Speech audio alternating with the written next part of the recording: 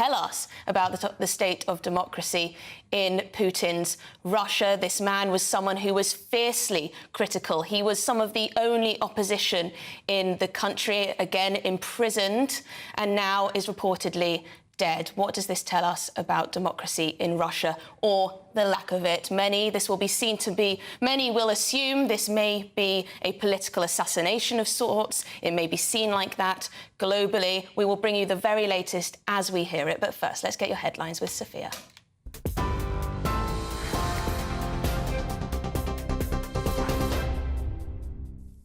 Thanks, Emily. Good afternoon. It's 1 minute past 12. I'm Sophia Wensler in the GB newsroom. And as you've been hearing, our top story this hour, jailed Russian opposition leader Alexei Navalny has reportedly died in prison. That's according to a Russian prison service, which said he felt unwell after a walk and almost immediately lost consciousness. Reports suggest the Russian president has been told of the cause of death, though a spokesperson for the Kremlin offered no details. Widely considered Vladimir Putin's most outspoken critic, Mr. Navalny had been serving a 19-year prison sentence, seen by many as politically motivated.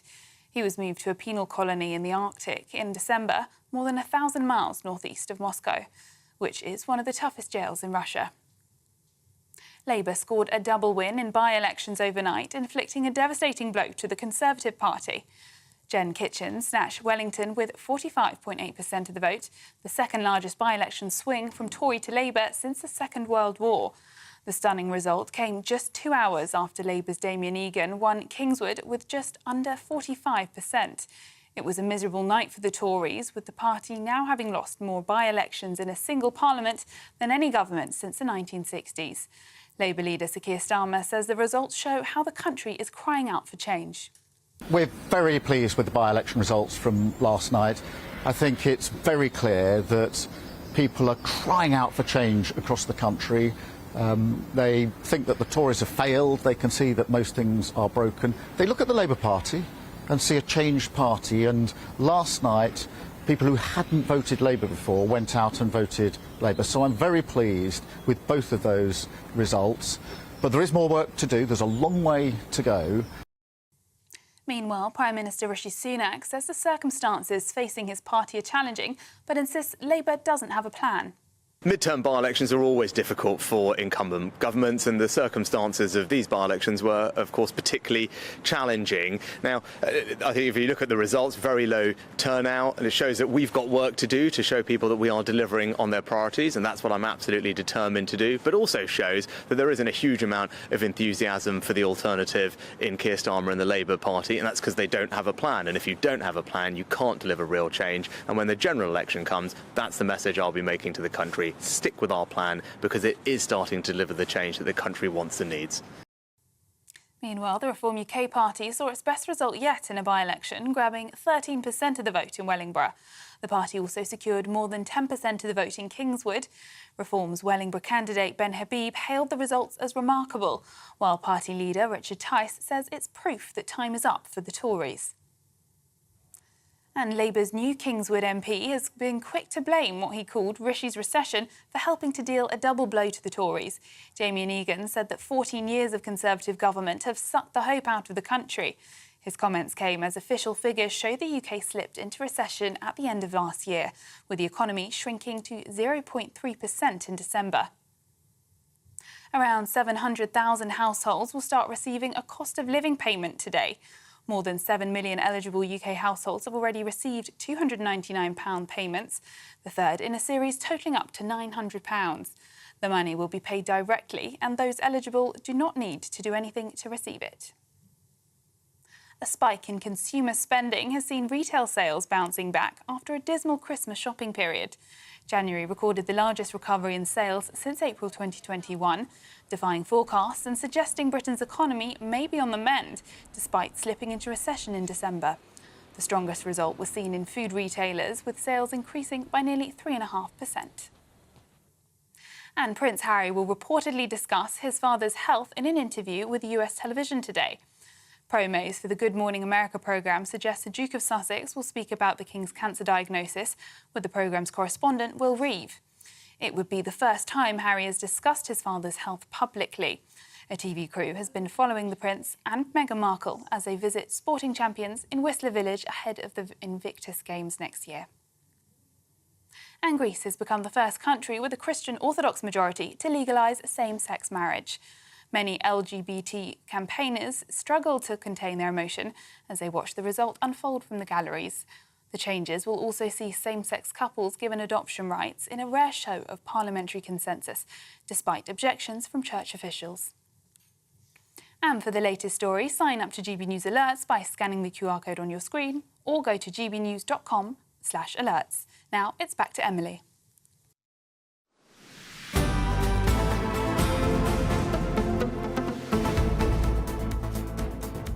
As you just heard, Russian opposition leader Alexei Navalny has died in prison, according to the local penal service. Navalny was serving sentences in an Arctic facility on charges of extremism and fraud following his very vocal opposition to Vladimir Putin's regime across the country. Our security editor Mark White has the story. By far Vladimir Putin's most high-profile political opponent, Alexei Navalny remained defiant to the last. An outspoken critic of the Kremlin who refused to remain silent even after his conviction on criminal charges, which his supporters say were politically motivated. And now those same supporters say Putin's regime is the prime suspect in the unexplained death of the opposition politician. Navalny fell ill, complaining of severe stomach pains, unable to eat because of the severity of his symptoms. As he was transferred to a prison medical facility, friends, family and his legal team suggested he may have been the victim of poisoning, a deliberate attempt by Russian authorities to silence him. The government in Moscow has dismissed any such suggestion. But for Navalny, it wouldn't be the first time he'd fallen victim to a poisoning attempt. In the summer of 2020, he fell violently ill aboard a passenger plane while on a trip to Siberia. He was flown to Germany and treated by doctors there, who concluded he'd been poisoned by Novichok. The same nerve agent was used against former Russian spy Sergei Skripal and his daughter Yulia in Salisbury in 2018.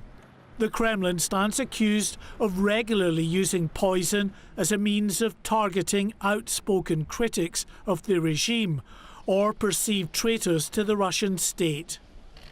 In 2006, in one of the most high-profile incidents, Kremlin critic Alexander Litvinenko was poisoned with the radioactive isotope polonium-210. He suffered an agonising few days before dying in a central London hospital. A new opposition is appearing. It is being generated now. And Navalny played an important role in it. But at the same time, this opposition requires new ideology. The death of Alexei Navalny means Vladimir Putin now rules virtually unchallenged. Many of the critical voices who once spoke out against the Russian leader, now jailed, forced into exile, or like Navalny, are dead. By the time he launched his full-scale invasion of Ukraine, many opponents who once tried to hold the Putin government to account have been silenced. There is widespread and understandable concern at the news of Alexei Navalny's death. But getting proper answers about the cause of death will be next to impossible. Like so many similar incidents in the past, the Kremlin will simply insist any allegations of foul play are far-fetched. Mark White, GB News. Well, thank you very much for that, Mark White. We can now bring in our reporter Charlie Peters for more on this breaking story. Now, Charlie, this man was one of the most vocal, persistent critics of the Kremlin.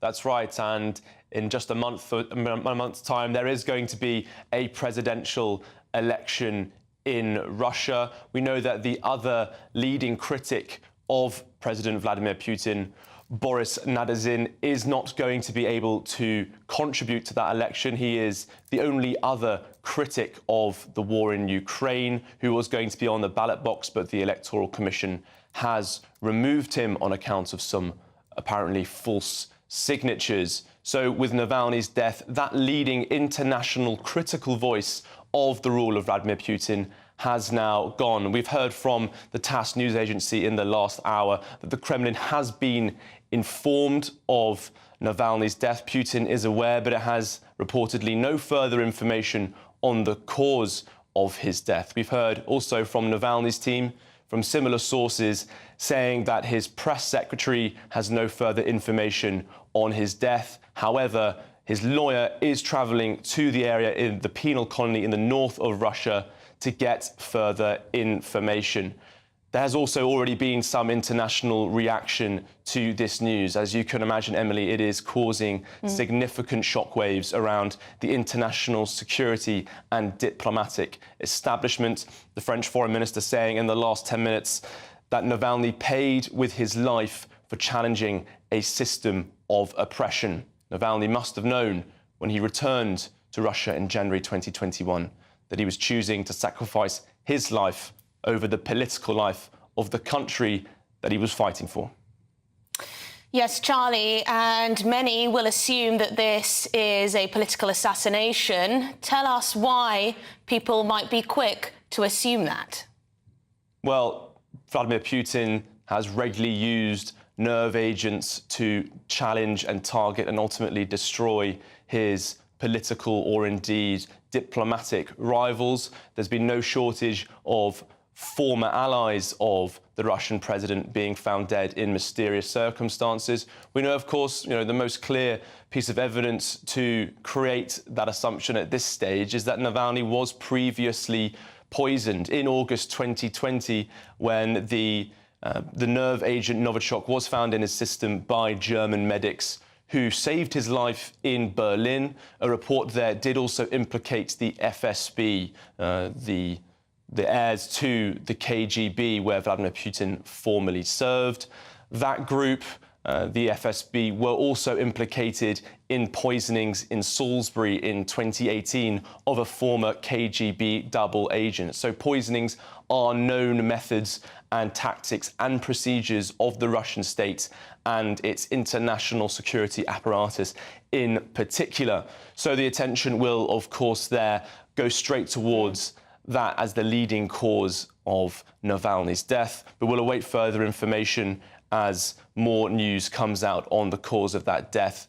The prison service, when the news was broke, did say that he felt ill and collapsed, and resuscitation methods were carried out but were unsuccessful. And that's all we have at the moment. Well, thank you very much indeed for bringing us that latest. Charlie Peters there. Now, Rishi Sunak has tweeted in the last few minutes. He says, "This is terrible news. As the fiercest advocate for Russian democracy, Alexei Navalny demonstrated incredible courage throughout his life. My thoughts are with his wife and the people of Russia, for whom this is a huge tragedy." So those are the words of our Prime Minister, Rishi Sunak. He says Alexei Navalny demonstrated incredible courage throughout his life, and he'll be remembered as a huge tragedy. Now let's get the words of the Executive Director of the Henry Jackson Society, Dr. Alan Mendoza. Alan, you follow very closely what's happening in Russia. Are you surprised by this news?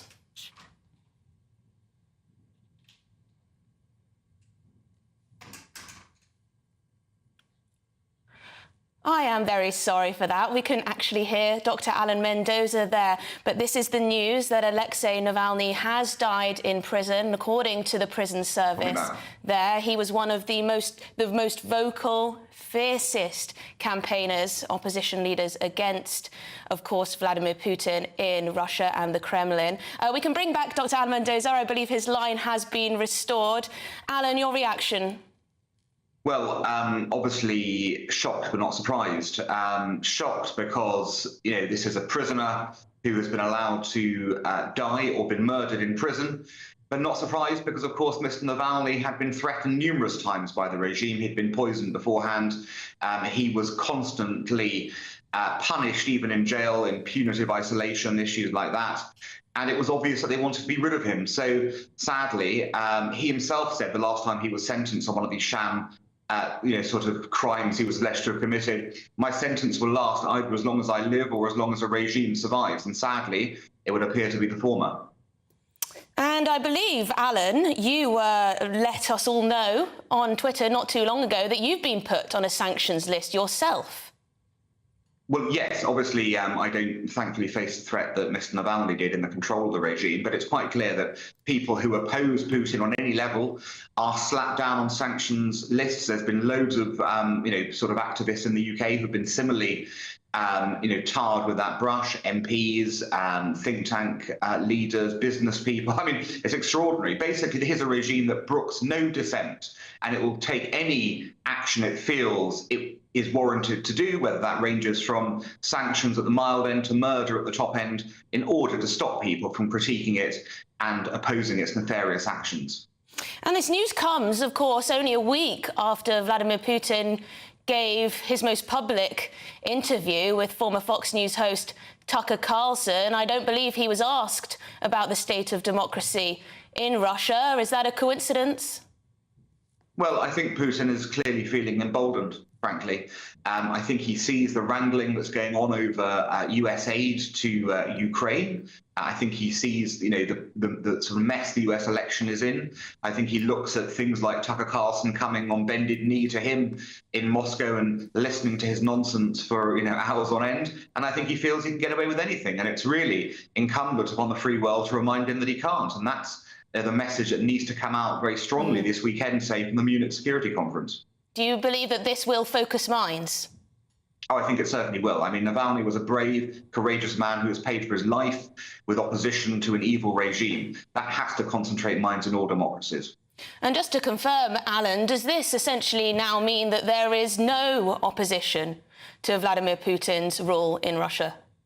Well, there remains opposition. I want to highlight the case of Vladimir Kara-Murza, another opposition leader also previously poisoned by Putin, who is in jail right now. Vladimir is a dual British citizen, of course, as well. And I would expect people to be redoubling efforts to save him from a similar fate, given there's now been a track record of opposition leaders in Russia being knocked off at various times by the Putin regime. And of course, lastly, the presidential election set for March in Russia. Impact of this? Well, we knew that Putin was going to win it anyway, and the idea that there's any serious opposition that's going to be allowed on the ballot. I mean, don't forget, in the past, Navalny was stopped from being on the ballot. Other people have removed themselves because they know it's just a sham election. Of course, he's going to be re-elected because he was going to stuff the ballot regardless. So this has made no difference in that regard, but it tells you how paranoid this regime is. Even with certainty of victory, it still must see its opponents die rather than allow any form of expression. Well, thank you very much indeed for your time. Dr. Alan Mendoza, who is the Executive Director of the Henry Jackson Society, which is a foreign affairs think tank.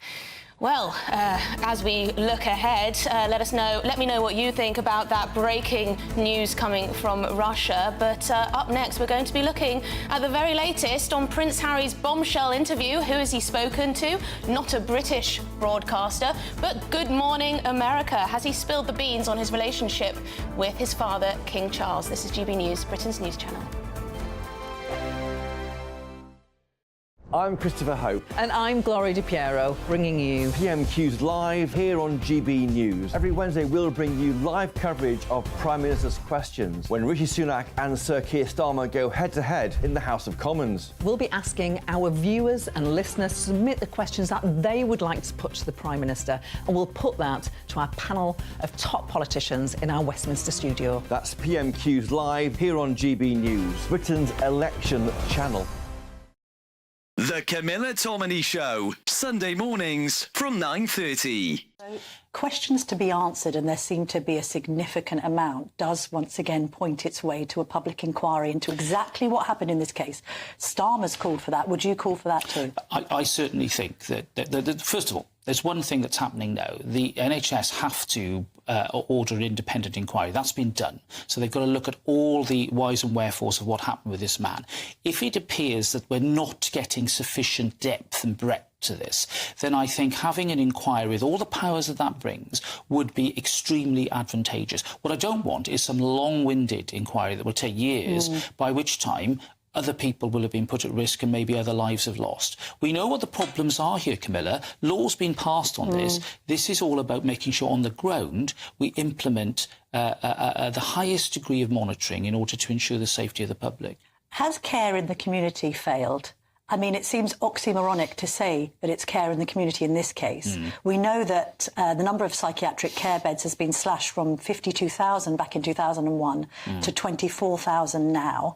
I've anecdotally, because I wrote my column about this in The Telegraph yesterday, received quite a lot of correspondence from people saying the situation with care in the community is dire. People aren't being adequately monitored. Was it a mistake to close down all of those mental institutions? I don't think we should go back to those days when we had those appalling institutions where we just lock people away and forget about them, and not just mental health people, but autistic people and disabled people. Horrific way to treat individuals, and you know I campaign on that a lot. I know. However, I think if we move into a more community-based approach, which can be really good for many, many people who are on the spectrum and on that scale of mental health, we have to remember there will be a small but significant number who will continue to pose a danger. Okay. And that's why monitoring is so important. I'm Michelle Dewberry, and I'm not here to tell you what to think. I'd much rather hear what you have to say. So send in your opinions to gbviews@gbnews.com. Keep them clean, and you never know, I might read them out. With my panel here on Jubes & Co, we debate, we get stuck into the issues of the day on a show where all views are welcome, especially yours. GB News, the People's Channel, Britain's news channel.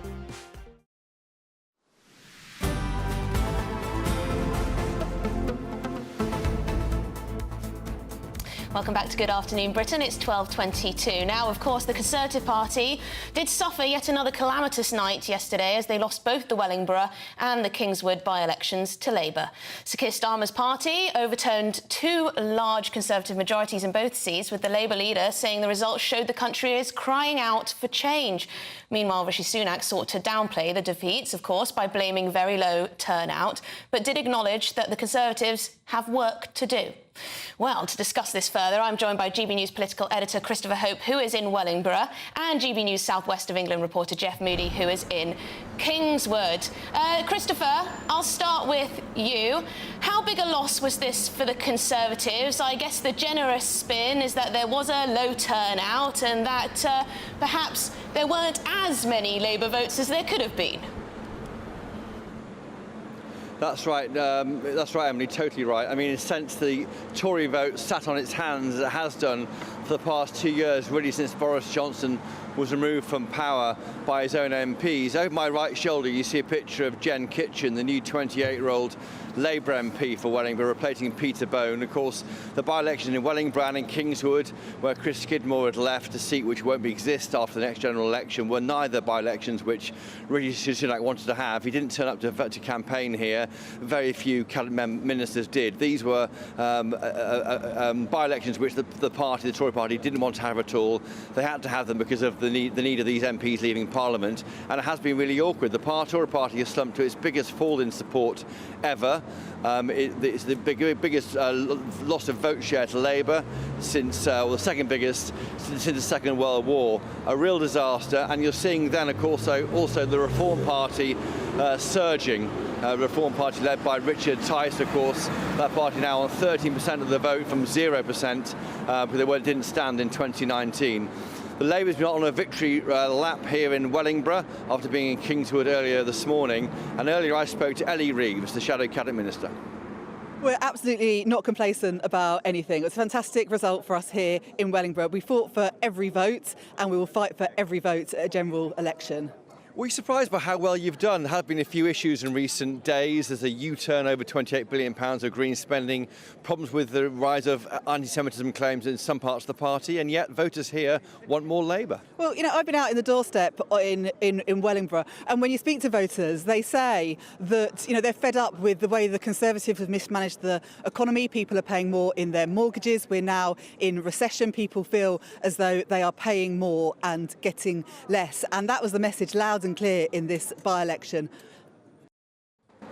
That was Ellie Reeves, the Labour Party National Campaign Coordinator, talking to me moments ago here in Wellingborough.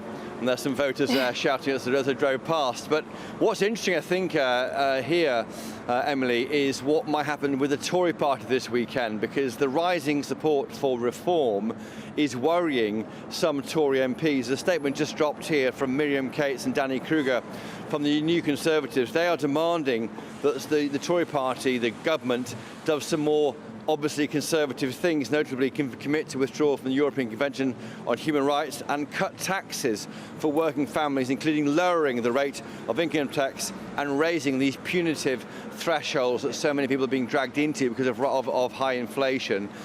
That will be the conversation, I think, in Tory seats, Tory households this weekend. What can this government do more to appeal to the Tory vote, get those voters out? Because currently the party is being squeezed by a resurgent Labour Party, which surely must now look nailed on to win the election, and also a growing and bigger Reform UK party, and that's a big worry for Rishi Sunak.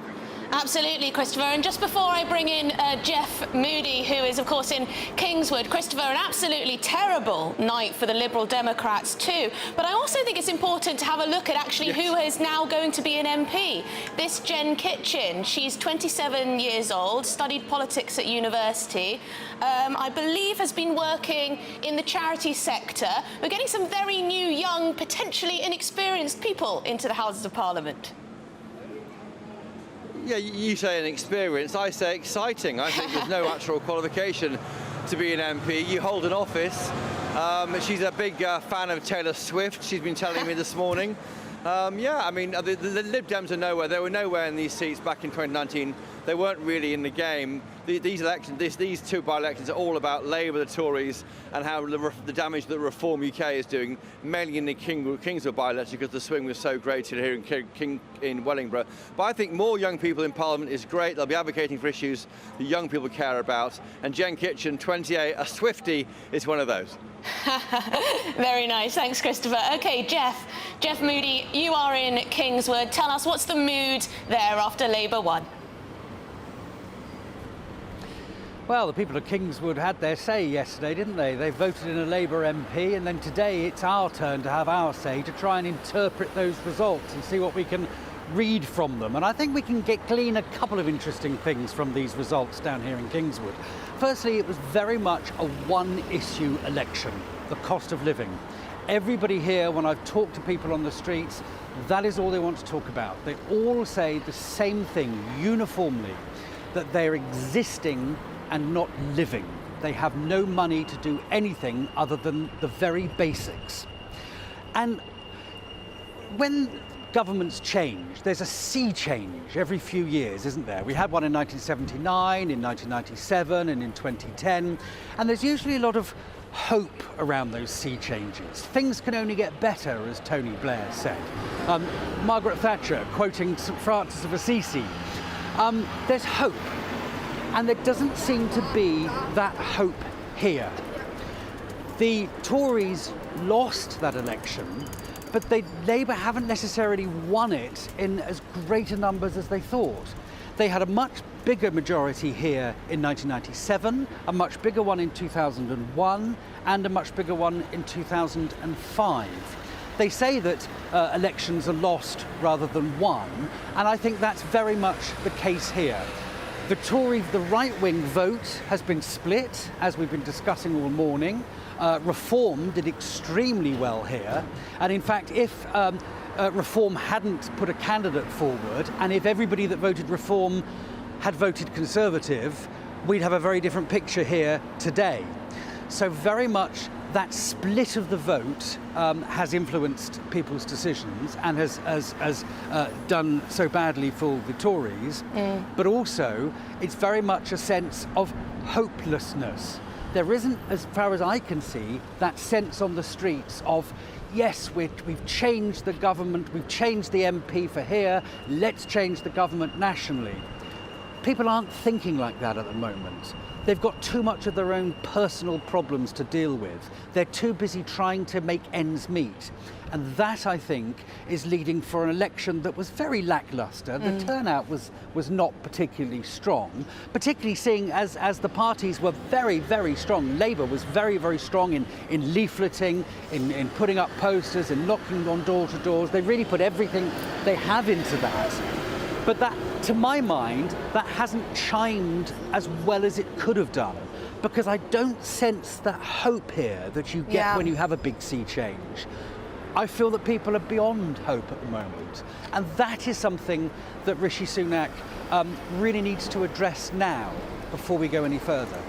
Well, Jeff, you paint a bleak picture, but I'm sure it is a story that rings true in many areas of the country. Thank you very much indeed, Jeff Moody there, who's in Kingswood, and of course Christopher Hope, who we spoke to first in Wellingborough after those historic defeats, Conservative defeats in both Kingswood and Wellingborough. Now, I want to show you a bit of a map. Now, of course, this comes with a health warning. This may not be the case come the general election, but essentially this map shows if the Wellingborough by-election, if the swing was repeated across the country at the general election, you would see an absolute wipeout for the Conservatives. You'd see the Labour Party win a majority of 470. You can just see those little slithers of Tory blue there, but the rest of England, as well as some of the other parts of our great nation, also covered in red. So Labour would have 560 seats, Conservatives down 357. So that's if the Wellingborough by-election result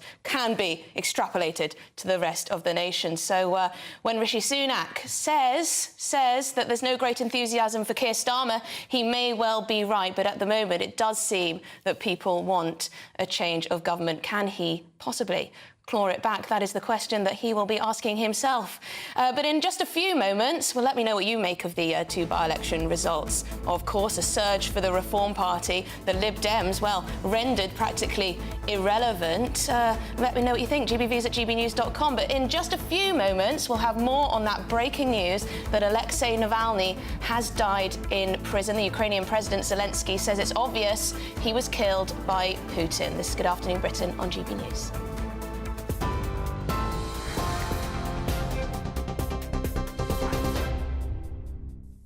It's 12:33. I'm Sophia Wensler in the GB newsroom. These are your headlines. Rishi Sunak has described Alexei Navalny as a fierce advocate for Russian democracy who demonstrated incredible courage. The jailed Russian opposition leader reportedly died in a remote penal colony. That's according to a Russian prison service, which said he fell unwell after a walk and almost immediately lost unconsciousness. Ukraine's president said moments ago that it was clear Russia was to blame, accusing Vladimir Putin of using the death to protect his position. Reports suggest the Russian president has been told of the cause of death, though a spokesperson for the Kremlin offered no details. Widely considered Mr. Putin's most outspoken critic, Mr. Navalny had been serving a 19-year prison sentence, seen by many as politically motivated. Labour scored a double win in by-elections overnight, inflicting a devastating blow to the Conservative Party. Jen Kitchen snatched Wellingborough with a 45.8% of the vote, the second largest by-election swing from Tory to Labour since the Second World War. The stunning result came just 2 hours after Labour's Damien Egan won Kingswood with just under 45%. It was a miserable night for the Tories, with the party now having lost more by-elections in a single parliament than any government since the 1960s. Labour leader Sir Keir Starmer welcomed the results but says the party will continue fighting. We're very pleased with the by-election results from last night. I think it's very clear that people are crying out for change across the country. They think that the Tories have failed. They can see that most things are broken. They look at the Labour Party and see a changed party. And last night, people who hadn't voted Labour before went out and voted Labour. So I'm very pleased with both of those results. But there is more work to do. There's a long way to go. Meanwhile, Prime Minister Rishi Sunak says the circumstances facing his party are challenging, but insists Labour doesn't have a plan. Midterm by-elections are always difficult for incumbent governments, and the circumstances of these by-elections were, of course, particularly challenging. Now, I think if you look at the results, very low turnout, and it shows that we've got work to do to show people that we are delivering on their priorities, and that's what I'm absolutely determined to do, but also shows that there isn't a huge amount of enthusiasm for the alternative in Keir Starmer and the Labour Party, and that's because they don't have a plan. And if you don't have a plan, you can't deliver real change. And when the general election comes, that's the message I'll be making to the country. Stick with our plan, because it is starting to deliver the change that the country wants and needs. And for the latest stories, sign up to GB News Alerts by scanning the QR code on your screen or go to gbnews.com/alerts.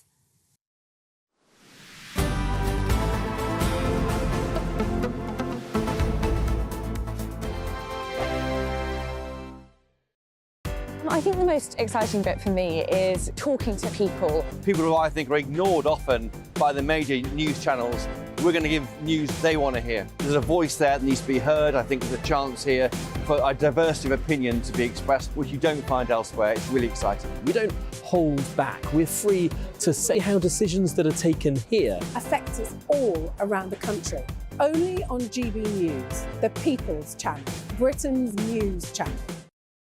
Good afternoon, Britain. Weekdays from midday. Elon Musk has announced that the first patients to receive a groundbreaking brain implant from Neuralink is recovering well. This is all a bit odd. The product, called telepathy, uses a robot to surgically place a computer chip in a region of the brain that controls movement. Yes, Elon Musk says that the first goal is to enable people to control a phone or a computer just by thinking.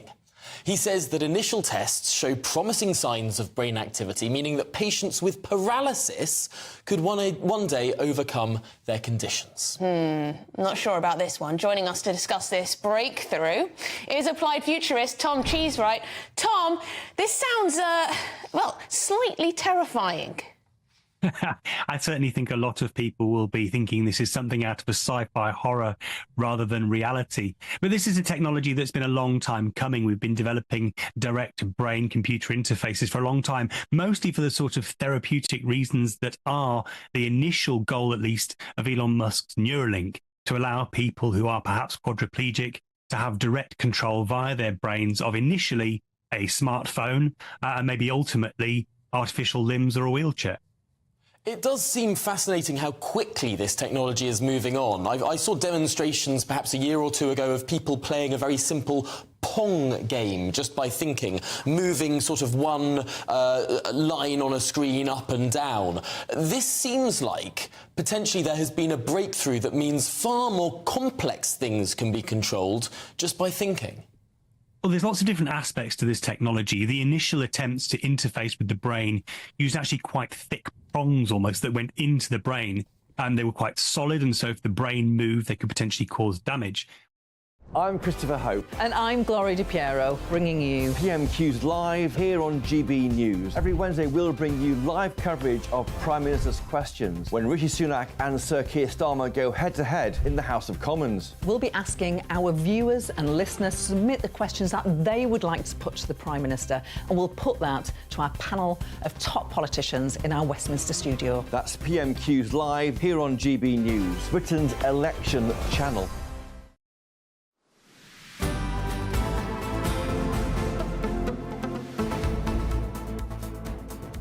Welcome back. It's 12:39. You're watching Good Afternoon Britain, and of course we'll be bringing you reaction and updates on the story that Alexei Navalny has died, according to prison officials in Russia. Lots of questions to be asked. We'll bring you the very latest and reaction as it comes. But first, Prince Harry has given his first public interview since his father, King Charles, was diagnosed with cancer last week. The Duke of Sussex is currently in Canada ahead of the Invictus Games. Right, let's find out what exactly he's had to say to Good Morning America with our royal correspondent Cameron Walker. Now, Cameron, am I right in thinking this isn't the first time that Prince Harry has given Good Morning America an interview?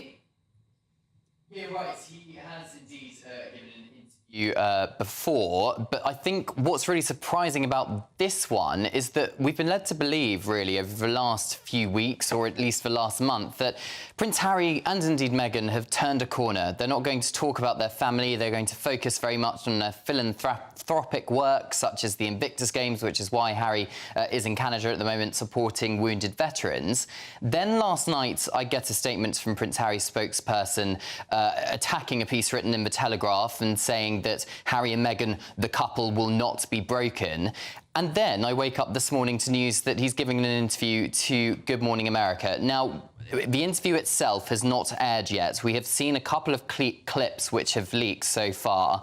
I think the biggest line that we've got at the moment is that when he was asked about whether or not King Charles's illness could perhaps reunify the family, Prince Harry said, and I quote, "Yeah, I'm sure any illness, any sickness brings families together." Now, to be fair to Prince Harry, he did try and pivot his answer away to talking about the families of Invictus veterans, but he still had obviously put himself in a position where he could be asked by an American journalist about his father. He also said he was grateful to spend time with King Charles in that half an hour or so meeting he had at Clarence House last week following the King's cancer diagnosis. But it's playing into that narrative again. Is he really going to be... Has he now taken the spotlight off of the Invictus Games and put it back on himself and indeed the royal family? Because if he wants to reconcile, as he says he does in this clip, talking about private conversations perhaps isn't the best way to do so. But we don't know yet how much detail he has given to Good Morning America. It could just be very much a brush past. It seems to me the couple are a little bit all over the place at the moment. You know, it's supposed to be about the Invictus Games. They've had this refresh of their website. Meghan Markle is then briefing the papers about her position on the website and the controversy over that. And then to answer a question on Good Morning America relating to the King, and he only was in the UK to meet the King for about 45 minutes or so. His meeting was. Can he really say that illness reunites the family? It all seems rather odd. Yeah, he was in the country for 25 hours or so. It is fairly odd just how much stuff has happened to do with the Duke and Duchess of Sussex this week. We first had their websites rebrand with the controversial royal crest, or Meghan's royal crest, and whether or not they are capitalising on their royal title of Sussex, not necessarily them being part of the royal family, but Sussex at least, which is a royal title. Then we had a very public hit back from Harry's spokesperson about the Telegraph article, and now we've got this interview. They're clearly ramping up their media appearances. The challenge for Harry and Meghan is, are they going to pivot those media appearances, which he appears to have tried to do in this answer by putting the spotlight back on the Invictus Games, or is he using it to elevate his status in Hollywood, which is, of course, always a problem. But you have to remember, Harry and Meghan need a hell of a lot of money in order to, A, keep up their lifestyle, and B, pay their security bill. Their Montecito mansion cost millions of pounds. Reportedly, there was a very hefty mortgage on it, which clearly needs paying off, plus his round-the-clock security. None of that comes cheap, and Montecito is not a cheap place to live either. So they do need money. They had a lump sum from Netflix, a lump sum from Spotify, but at some point, that money will run out. So what is their next step? Well, this is the problem. I mean, from the clip of Prince Harry talking to Good Morning America, it does seem as though he's not particularly comfortable in talking about King Charles and the cancer diagnosis and the question of reunification of the family. But on the other hand, that's what people want to know. That's what these broadcasters want to know. That's what the world wants to know when they talk to Prince Harry. Unfortunately for him, his superstar status comes from his ties to the royal family. Yeah, and that is a huge problem for him, and I'm surprised he put himself in that position where he could be asked about his father. Clearly, it was a relatively friendly journalist. He wasn't going to push too hard to try and get Prince Harry to reveal private information about his father. From the clip so far, Prince Harry has not done so, and as I said, he did try and pivot it away back to the Invictus Games. But did he necessarily need to do an interview? Prince William and Catherine and King and Queen, for example, hardly ever do media interviews. The last time Prince William spoke to a journalist was in Singapore for the Earthshot Prize, which he set up. But it was very much a brush past. It was a couple of questions, and it was solely about his work as a member of the royal family. And if Prince Harry did truly just want to shine a spotlight on the Invictus Games, perhaps the cynic in me would say that all he needed to do was turn up and do what he has been doing quite successfully in trying out all these new winter sports which injured veterans will be able to do. Did he necessarily need to do an interview? Perhaps he would argue he would need to do, but as I said, we need to watch the full interview first before that full analysis. Yes, and of course he says, I love my family, which I'm sure he does deep down, but when you see the strains and the lack of communication, particularly with his brother as well, it does make people think, should you even be discussing this type of thing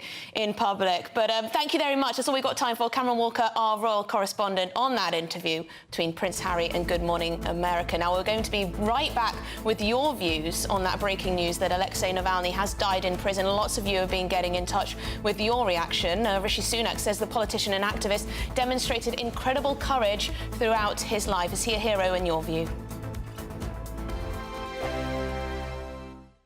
In the GB Newsroom, we bring you the news as it happens. With our team of dedicated journalists across the UK, we're ready to give you accurate reporting every day.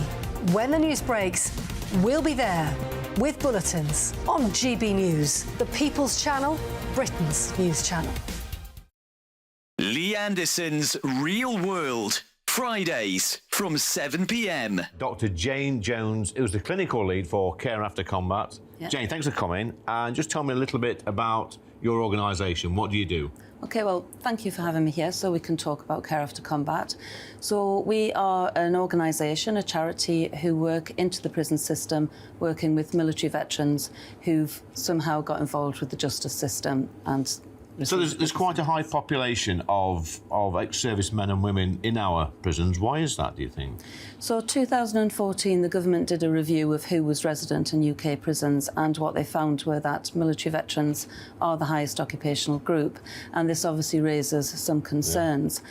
So the government wanted to do something about that, and so they supported Care After Combat initially, just as a scoping exercise, really, to see if there was any way we could help these men and women actually, understand the problems that led to offending behaviour and go on to lead successful lives. So what sort of offending behaviour are we talking typically for people that's in prison that's actually served in our armed forces?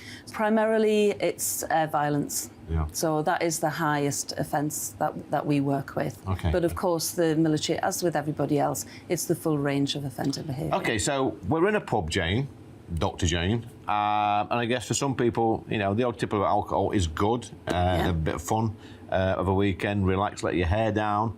But for some people, alcohol is not always their best friend, and I guess that plays a part in some of your veterans that end up inside. Yeah. Absolutely. So, speaking from my own experience, a good 2/3 of the people I work with have some kind of mental health problem or mental health difficulty, struggling to either adapt into civilian life or with some of the traumas they've experienced during service. People might self-medicate with alcohol to manage some of those thoughts and feelings. Yeah. Your weekend starts here with Friday Night Live with me, Mark Dolan, 8 till 9 on GB News. Big stories, big guests and big laughs as we get you ready for a cracking weekend. That's Friday Night Live with Mark Dolan. Fridays 8 till 9 on GB News. Bring your own drinks. The admission's free. Have a great Saturday night with me, Leo Curse, on the Saturday Night Showdown. It's a crazy world out there, so come and make fun of it with me, my panel of comedians, and a couple of people who actually know what they're talking about. This Saturday Night Showdown is your front row ticket to the clown show every Saturday, only on GB News, the People's Channel, Britain's news channel.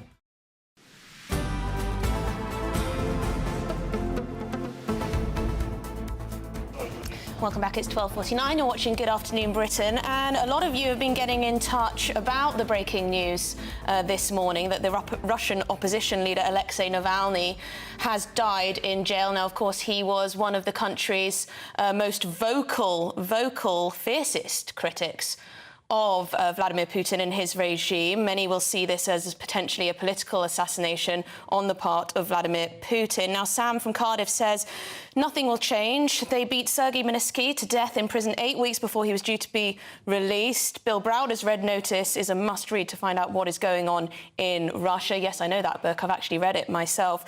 Marianne says, such sad news. A man who showed tremendous courage in standing up to Putin in a way that not many would have the strength to do. A brave man. R.I.P. Alexei, she says. And Michelle, this is shocking news to hear of Navalny's death. What a great, courageous man he was to die for his beliefs and his love of Russia. She says he was recently moved 1,200 miles further into Siberia, to a place renowned for cruelty. My heart goes out to his wife and children. They can't torture you anymore. And Carl in Bari, has also got in touch with similar. This is the breaking news this morning, of course, that Alexei Navalny has died in prison. Now, we've also heard from Rishi Sunak, who has tweeted out a statement. He says this is terrible news. He calls him the fiercest advocate for Russian democracy. Alexei Navalny demonstrated incredible courage throughout his life. My thoughts are with his wife and the people of Russia, for whom this is a huge tragedy. Those are the words of Rishi Sunak. Keep your views coming in, gbviews@gbnews.com. We'll get to some more later in the show, but let's return to Harry's explosive TV interview, because in the last few minutes, Good Morning America has dropped a clip which we will bring you very, very shortly. But first, we're going to speak to Royal Butler Grant Harold. Grant, thank you very much indeed. Is it a bit naff talking to Good Morning America as a prince? It's not something that the Royals normally do. As Cameron mentioned, when it comes to interviews, they don't really say much, especially with health. So it's quite unusual. But again, as Cameron's mentioned, it was obviously an interview about the Invictus Games, and the interviewer very cleverly obviously asked about his father, quite rightly as well, because obviously checking how his father is. And it was interesting when Harry actually described the fact that he loves his family and was grateful for that time, and also made reference to the fact that these kind of things are what brings families together. So I was wondering if he maybe said that purposely, just to kind of draw that attention to that fact that maybe he is looking to actually make amends with his family. I don't know, it all sounds a bit vague and awkward to me from what I've seen so far. Anyway, I'm not sure he feels very comfortable talking about his family. He said, I love my family, but the evidence suggests that I'm not sceptical that he does love his family, but more that he's not showing it, perhaps. As you said, the little clip I've seen, he doesn't look that, as you said, comfortable. And the reason I think he's not comfortable is that I'm sure this will have not been endorsed by the royal household. They've not said to him, oh, go and talk about your meeting with your father, because those meetings are always very private. The fact he's obviously said he's grateful for that time, and I'm not sure how much more he might have said about it, but those kind of meetings are private. And I think the problem is, Emily, going forward, that if he keeps doing interviews, even if they're just sudden interviews where he talks about those private moments with the family, it can be frowned upon unless it's back to the royal household. And the one thing I should quickly mention is Princess Anne in an interview recently talked about the final moments with her mother, that the day her mother died. And that's a huge thing, again, for a member of the royal family to speak like that would have been back. That's support of the king, the royal household. This kind of interview is very much, I believe, just Harry just speaking off the cuff. I mean, fundamentally, the problem for Prince Harry, and to a lesser extent Meghan, is that they are global superstars because of their ties to the royal family. And whatever interview, whatever questions they're asked, people are always going to want to know what's happening with the royals and what is their relationship with the royal family currently. So there's no escaping it. Absolutely. I mean, that's an absolute fact. I mean, even as a former member of the household, people always ask me about what it's like to be within that organisation, to have been a member of the royal household. And that's just as a staff member. For them, being family members, and still family members at the end of the day, of course, there's a huge interest. But as you said, they become these kind of global superstars, royal celebrities. And that's the unusual thing. The fact they've gone down this celebrity route, which none of the royals really done before. Yes, they only want to be asked about the royals on their own terms, which is understandable. But then, of course, with their website and their branding and everything, they very much want that to be part of their branding as well. There's a conflict there, and I'm not sure they've quite worked out exactly what their relationship to the royals is going to be going forward. But thank you very much. That's all we've got time for. Former Royal Butler Grant Harold, always great to speak to you. Now, coming up, the NATO chief, Jens Stoltenberg, says Russia has serious questions to answer over the death of Alexei Navalny. We're going to have the very latest after this short break. This is Good Afternoon Britain with me, Emily Carver, on GB News, Britain's news channel. Looks like things are heating up. Boxed boilers, sponsors of weather on GB News. Hello again, very good day to you. Alex Burkill here with your latest GB News weather forecast. There is some heavy rain on the cards as we go through later tomorrow, but for the time being, it's largely dry. That's because we have a brief ridge of high pressure across the UK. However, a weather system is waiting out to the west of us, and it's this that's going to bring the rain tomorrow. As we go through the rest of today, though, yes, there are a scattering of showers around, particularly across parts of northern England, Wales, Northern Ireland and Scotland, but towards the south here, it's actually looking largely dry, and many of us will see some bright, if not even sunny spells developing. It won't be quite as mild as yesterday, but still temperatures above average for the time of year, highs around 15, possibly even 16 Celsius.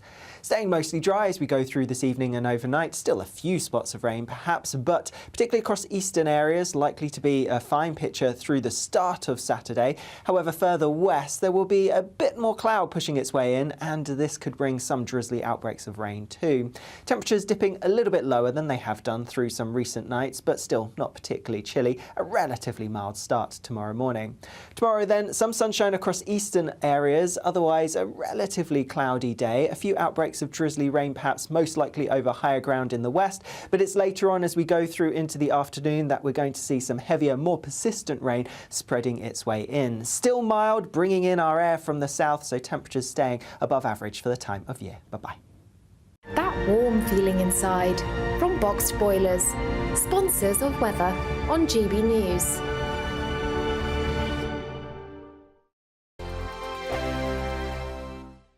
Now then, Lee Anderson here.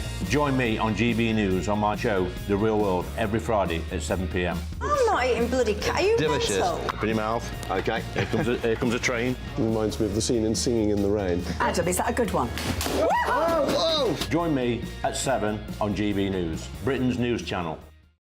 GB News Breakfast.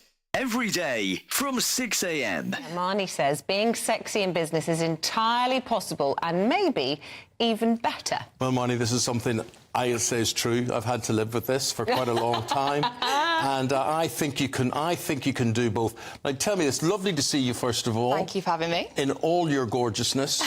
And you're telling me that that often is regarded as something derogatory or something to hold you back. Is that right? It's just this really unfair thing, this really unfair narrative that women can't do both. Even men can do it, as you know, Eamon. You can do it. You can do it all. And I just think, you know, women are so multifaceted. They can be mothers, they can be sexy, they can be businesswomen, they can be silly, they can be all these different dimensions. And this press push that we have to limit ourselves to one category, it's just unfair. But do you think that is where some people may be wrong-footed or go wrong to underestimate you? Exactly. There is that saying, disarm with charm. So, you know, that there is that idea that people do look at someone who cares about how they look, who's perhaps a bit feminine, and underestimate them. But hopefully I proved that wasn't the case in the boardroom. And thank goodness for Karen Brady. She's definitely upped the glam stakes on the show. And if anybody can prove that you can be sexy and successful in business, I suppose it's her, really. But where do you think most of the criticism comes from? Because I have to say, hard to believe, but when I was younger, I certainly got a bit of this at my old employer, being told that I had to dress a certain way, not to be too sexy, which I found hugely You were told this by women. I was told this by a female boss who didn't like me wearing zips on the back of my dress. Not just me, but some of the other presenters there. And I took such offence. I felt like she thought that I was some sort of, I don't know what. Do you take offence when people are criticising you that, you know, in some way they think you're, I don't know? There's just no right answer. And as we said, I think Karen Brady is doing an excellent job at leading the charge that you can be glamorous and get the job done. GB News, unlike other broadcasters, isn't obsessed with the London-Westminster bubble. We think there's a nation beyond the M25, and that's why we talk about the issues that matter across the land. Join me on State of the Nation, 8 to 9 o'clock, Monday to Thursday, on GB News. Daisy's listening, and you should too. Wake up to the headlines with Headliners every morning at 5 a.m. We treat you to the day's biggest stories before anyone else, 7 days a week. You can catch up on everything you need to know before you've even had your kippers. Headliners every morning at 5 a.m. only on GB News, the People's Channel, Britain's news channel.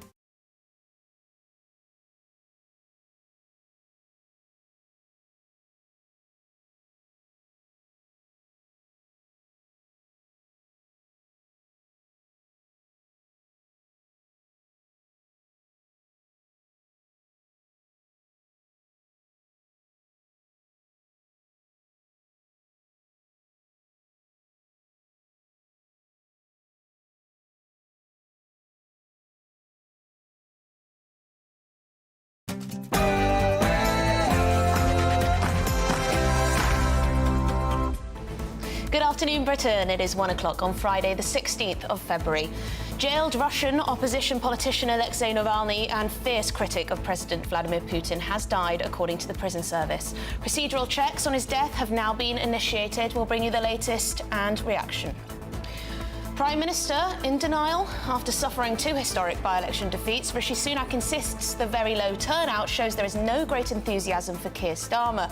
But with reforms surging, is he leading his party to electoral extinction? And I love my family. Prince Harry tells Good Morning America he is grateful he could spend any time with King Charles and that he hopes the cancer diagnosis can heal his rift with the royals.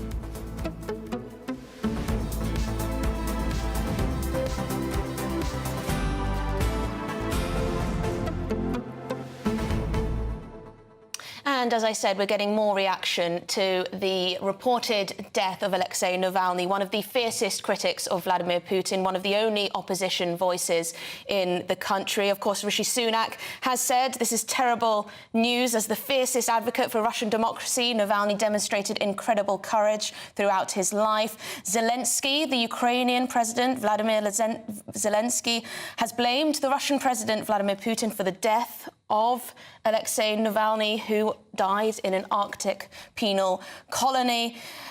He says Navalny was obviously killed by Putin. He was speaking from Berlin, where he is signing a security deal with Germany. Keir Starmer has also tweeted out a statement saying Navalny showed incredible, impossible courage in his fight for Russian democracy. His death is terrible news for the Russian people. He says his thoughts are with his friends and family. And the anti-Putin campaigner, Bill Browder, has said he is shocked. I'm completely shocked and devastated. I feel terrible for his family, terrible for all the people of Russia that were hoping there could be a brighter future through someone like him. It's interesting to think how this might strengthen the resolve of the West, including the United States, in the defence of Ukraine and its territory. This may have an impact. This may be a bit of a watershed moment when it comes to that conflict. Of course, Putin sat down with Tucker Carlson in what was a very controversial interview, and I don't believe Tucker asked him about the state of democracy and asked him about Navalny, who, of course, was imprisoned. But keep your thoughts coming through. You have been giving your reaction, many of you saying that he was a courageous, courageous man and that your thoughts are with his family. But let's get your headlines with Sophia.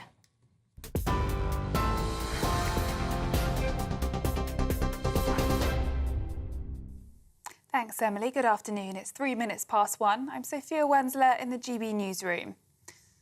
And some breaking news to bring to you. Emergency services are responding to an incident at the port of New Haven in East Sussex after a group of migrants were discovered in the back of a lorry. GB News has been told that some of the migrants require medical attention. Emergency services are responding to the incident and are assisting Border Force personnel who are leading the response. Witnesses say a number of people were taken from the back of a cross-channel freezer lorry. And we'll bring you more on this as we get it. Now, jailed Russian opposition leader Alexei Navalny has reportedly died in prison. That's according to a Russian prison service, which said he felt unwell after a walk and lost consciousness. Rishi Sunak described him as a fierce advocate for Russian democracy, who demonstrated incredible courage. Ukraine's president said earlier that it was clear Russia was to blame, accusing Vladimir Putin of using the death to protect his position. Widely considered Mr. Putin's most outspoken critic, Mr. Navalny had been serving a 19-year prison sentence, seen by many as politically motivated. Kremlin spokesman Dmitry Peskov says the prison service is making checks. As far as we know, currently, in accordance with all existing rules, everybody's checking everything for clarification and so on. There's no need for any special instructions because there's a certain set of rules that everyone is now following. Labour scored a double win in by-elections overnight, inflicting a devastating blow to the Conservative Party. Jen Kitchen snatched Wellingborough with a 45.8% of the vote, the second largest by-election swing from Tory to Labour since the Second World War. The stunning result came just 2 hours after Labour's Damien Egan won Kingswood with just under 45%. It was a miserable night for the Tories, with the party now having lost more by-elections in a single parliament than any government since the 1960s. Labour leader Sir Keir Starmer says the results show the country is crying out for change. We're very pleased with the by-election results from last night. I think it's very clear that people are crying out for change across the country. They think that the Tories have failed. They can see that most things are broken. They look at the Labour Party and see a changed party. And last night, people who hadn't voted Labour before went out and voted Labour. So I'm very pleased with both of those results. But there is more work to do. There's a long way to go. Meanwhile, Prime Minister Rishi Sunak says the circumstances facing his party are challenging, but insists Labour doesn't have a plan.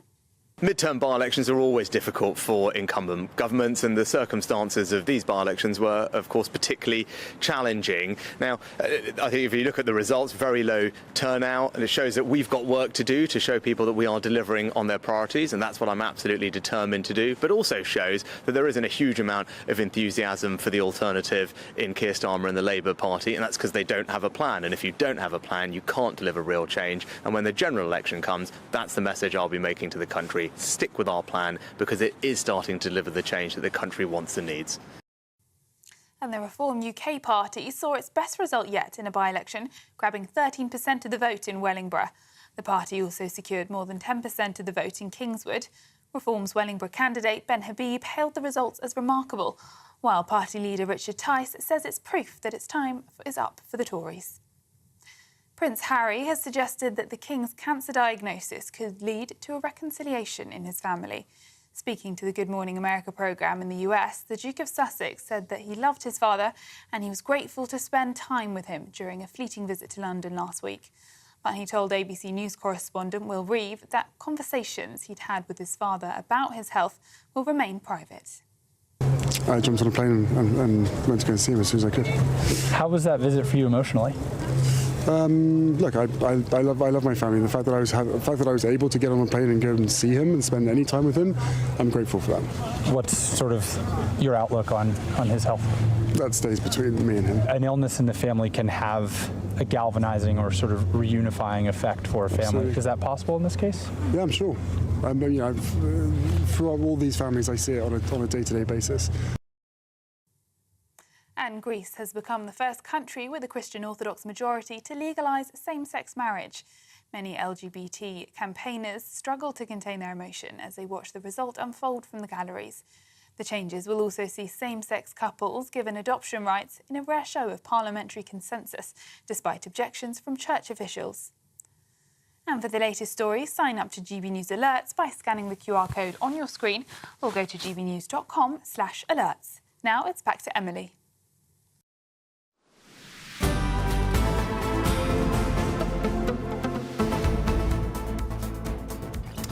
And to our main story, Russian opposition leader Alexei Navalny has died in prison, according to the local penal service. Now, Navalny was serving sentences in an Arctic facility on charges of extremism and fraud. That was following, of course, his vocal opposition to Vladimir Putin's regime across the country. Our security editor, Mark White, has the story.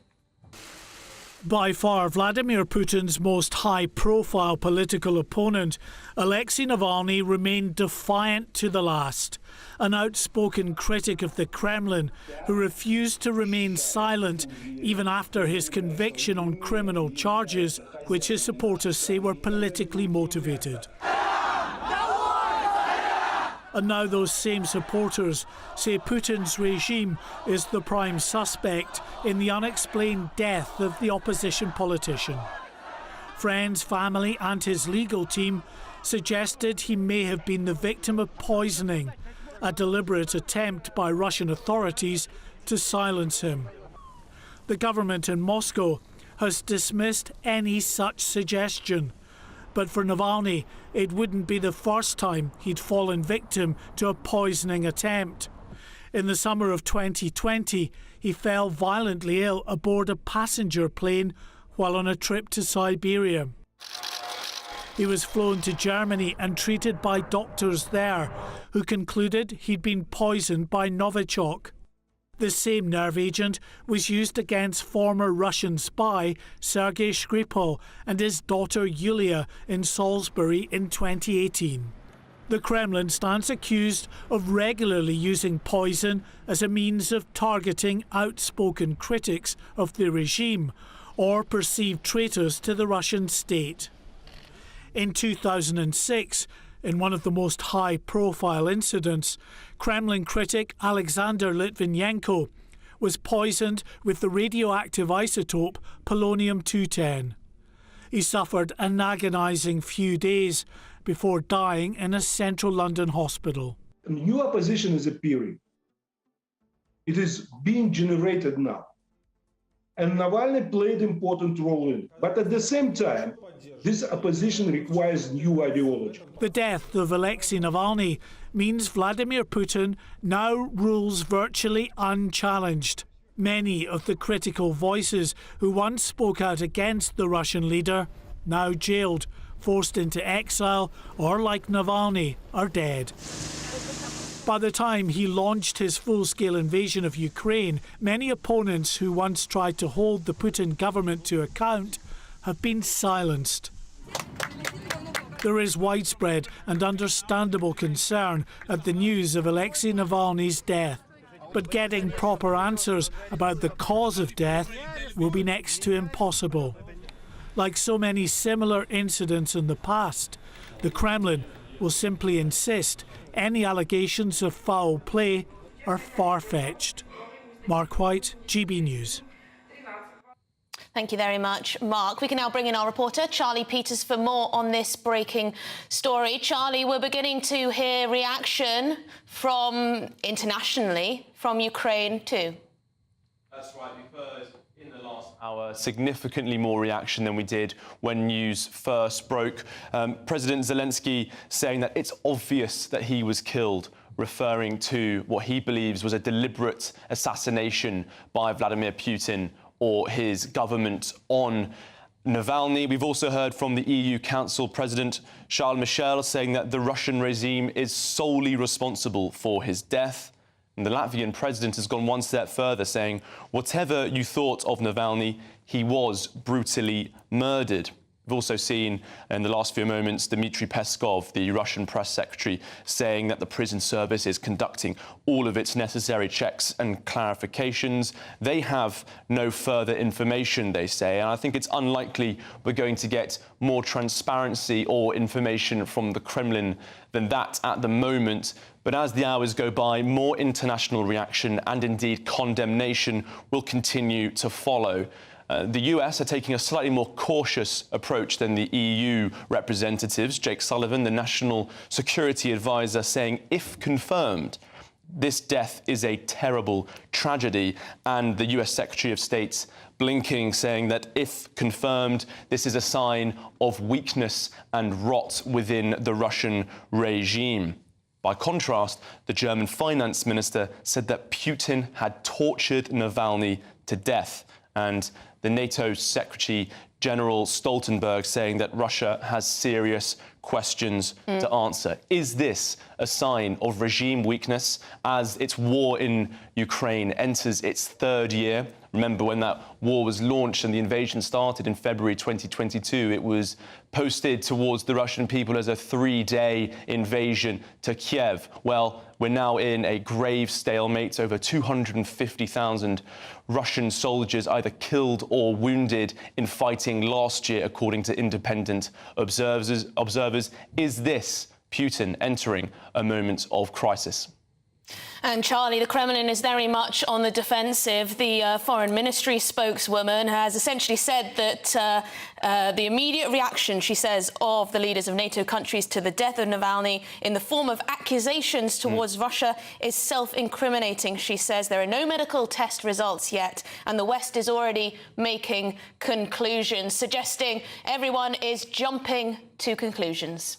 Well, Navalny was already poisoned. In 2020, in August of that year, he was poisoned by the mostly Russian-used nerve agent Novichok on a flight out of Siberia. He went through 5 months of treatment in Berlin, where German doctors saved his life. A combined media report there did determine that FSB agents, the successors of the KGB, were implicated in that poisoning and also linked Novichok to his grave illness. He surprised many by returning to Russia in January 2021, reportedly choosing to prioritize his political life over his personal life. And at the time, when those accusations of the use of Novichok, which is harvested solely within Russia, when those accusations were flying around and were landed squarely at the Kremlin, Vladimir Putin said if someone wanted to poison him, they would have finished him off. Well,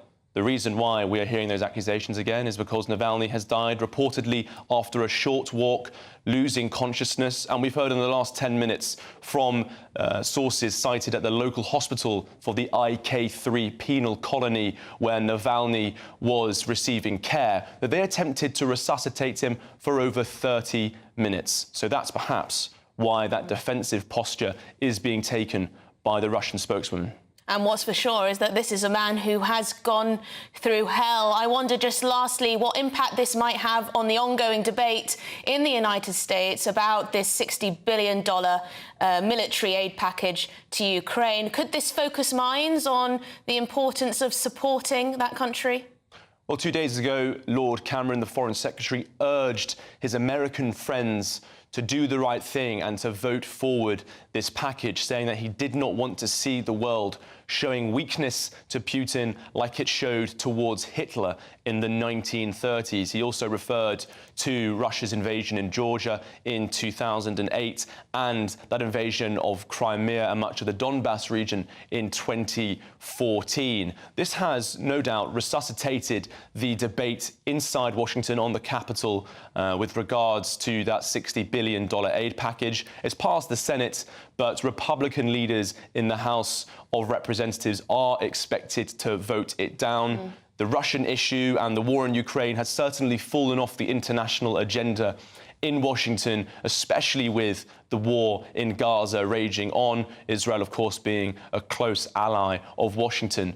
But there will almost certainly be hopes in Ukraine, that this death, and Navalny's death, that tragedy, could refocus American foreign policy and possibly even aid towards Ukraine.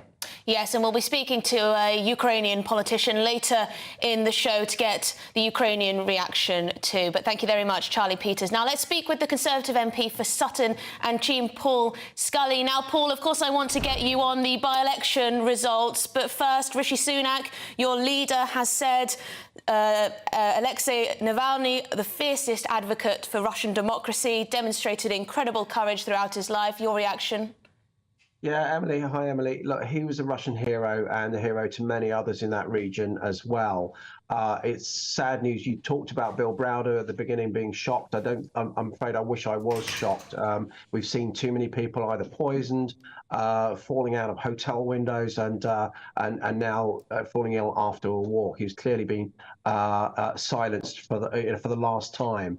And I hope what his death will cause is, and what I would expect him to have expected, is for the West to step up and actually look at this now and say, enough is enough. This is Russia. This is what Russia is all about. So I hope his life is not gone in vain. And what does that look like? What would it look like for our country to step up? Of course, we know in the States there's the ongoing debate over this $60 billion military aid package to Ukraine, controversial over in America for some. What might that look like, stepping up in this country? Well, I think for us, we have to support Ukraine in their fight for liberation. We can't just sit there and roll over, because it's sort of like with the Donbass being in Russian hands at the moment, it's like saying giving up Kent to an aggressor. So this is on our doorstep. This is in Europe, and it also has that economic point of view for us, as well as obviously a fight for freedom. And of course, David Cameron, the Foreign Secretary, former Prime Minister, has been very vocal in his support for this military aid package. He's been encouraging the states to step up.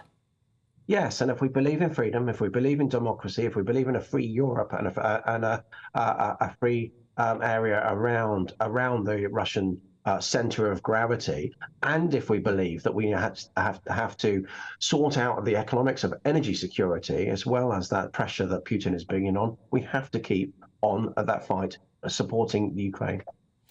Now, let's move on to the by-election results. Disappointing for you?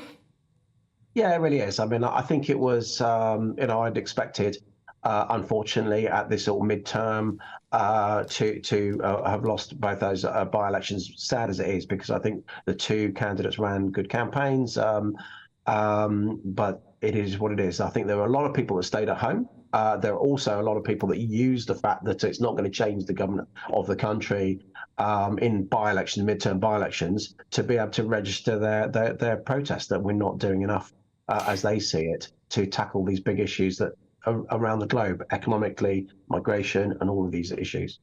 Yes, and Rishi Sunak, he did claim that low turnout might have had a lot to do with how the Conservatives fared.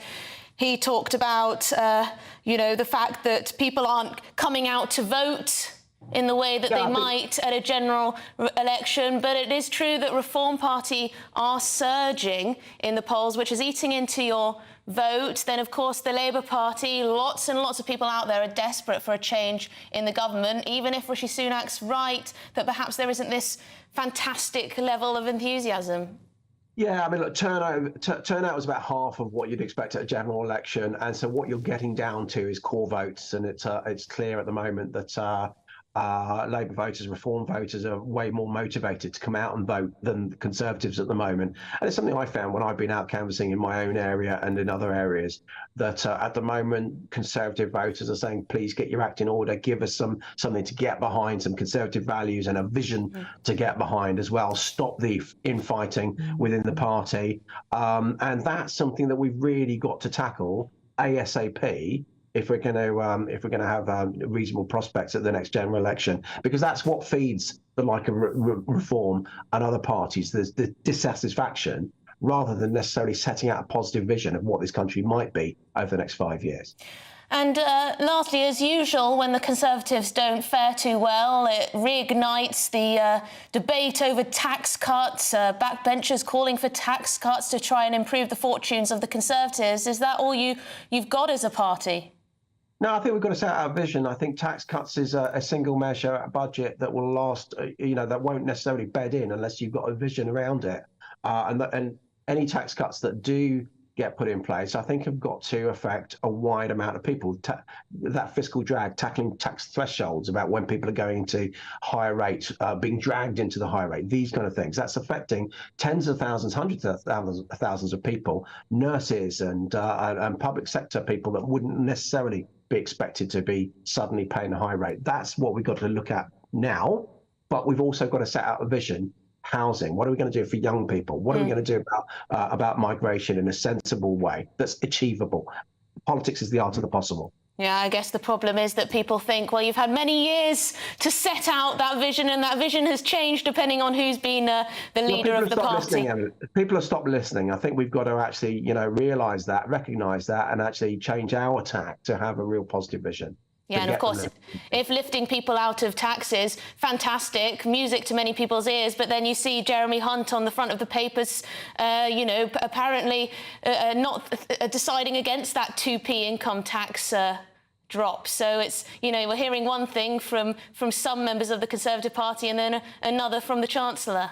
Well, I guess that's my look, what I've told you is my shopping list. But the Chancellor will be hearing all of those things. He'll have to put it together in a budget, but he'll have that challenge. The challenge is clearly set out now, and the by-election has sort of drawn that what we already knew, frankly, into stark reality. It's a disappointing night for us, clearly, but we now know what we need to do. Well, good to speak to you. Paul Scully, Conservative MP for Sutton and Cheam. Thank you very much. And please do keep your thoughts on the by-election results coming in. Lots of different interpretations of what they mean. The surge for reform, Liberal Democrats rendered irrelevant, Conservatives out of touch. Is the cost of living to blame? Let me know what you think. gbviews@gbnews.com. But coming up, the latest from Prince Harry's explosive TV interview in the United States. He's chosen to speak to Good Morning America. Don't go anywhere. I'm Michelle Dewberry, and I'm not here to tell you what to think. I'd much rather hear what you have to say. So send in your opinions to gbviews@gbnews.com. Keep them clean, and you never know, I might read them out. With my panel here on Jubes & Co, we debate, we get stuck into the issues of the day on a show where all views are welcome, especially yours. GB News, the People's Channel, Britain's news channel. Patrick Christie's Tonight. Weekdays from 9 p.m. Mike Freer joins me now. Mike, thank you very much for coming into the studio. Thank you for inviting me. Firstly, how are you? It's been a busy day, and it's been quite a traumatic experience. It's a real wrench to walk away from a job that you love, but also a constituency that you've become, I live there, it's my home, and I regard many of my constituents as friends, and it is an amazing place, and to walk away from that is really it's quite an emotional wrench to think this was a job I loved, but unfortunately I can't do it anymore. Can you talk me through the process? Because you mentioned about the alleged arson attack, etc., being the final straw, but this has been a really quite vile journey to get to this point. So what kind of threats have you had? What's that look like? Well, like every MP, I mean, you day in, day out, you get abusive emails, you get low-level stuff that, whether we should accept it, but we do, it's graffiti, it's things like, I've had, in the past, I've had a mock Molotov cocktail left on the office door, meaning we had to evacuate the whole building. I've come out of my house and found a note on my car. Where I live is common knowledge, but what I drive is less so. And it's a few weeks after John Mann had the wheel nuts on his car tampered with. So that all kind of makes you get a bit, what on earth's going on. But I've had 2 run-ins with the organisation that was Muslims Against Crusades, and people like Anjem Chowdhury, who was behind that organisation, been to prison. But online it said, I used to do surgery in mosques, so I wanted to go out and see people. And online, it's a picture of me saying, you're not welcome in our mosque, let Stephen Timms be a pointed reminder. So it's not very subtle. Well, just for our viewers and listeners who might not remember that, Stephen Timms, of course, was stabbed by a woman who'd been radicalised. Thank heavens he survived. So it was a very unsubtle. Tired of the usual focus-tested, pre-prepared Westminster runaround? Well, so am I. So you want higher taxes? Is your department to blame for this? Are you rethinking this policy? Every Sunday at 9:30, I'll be sitting down with those in power to get the truth about the issues affecting you. Let's be honest, we've known about the cost pressures of this project for years, not months. That's the Camilla Tominey Show, a politics show with personality. On GB News, the People's Channel, Britain's news channel.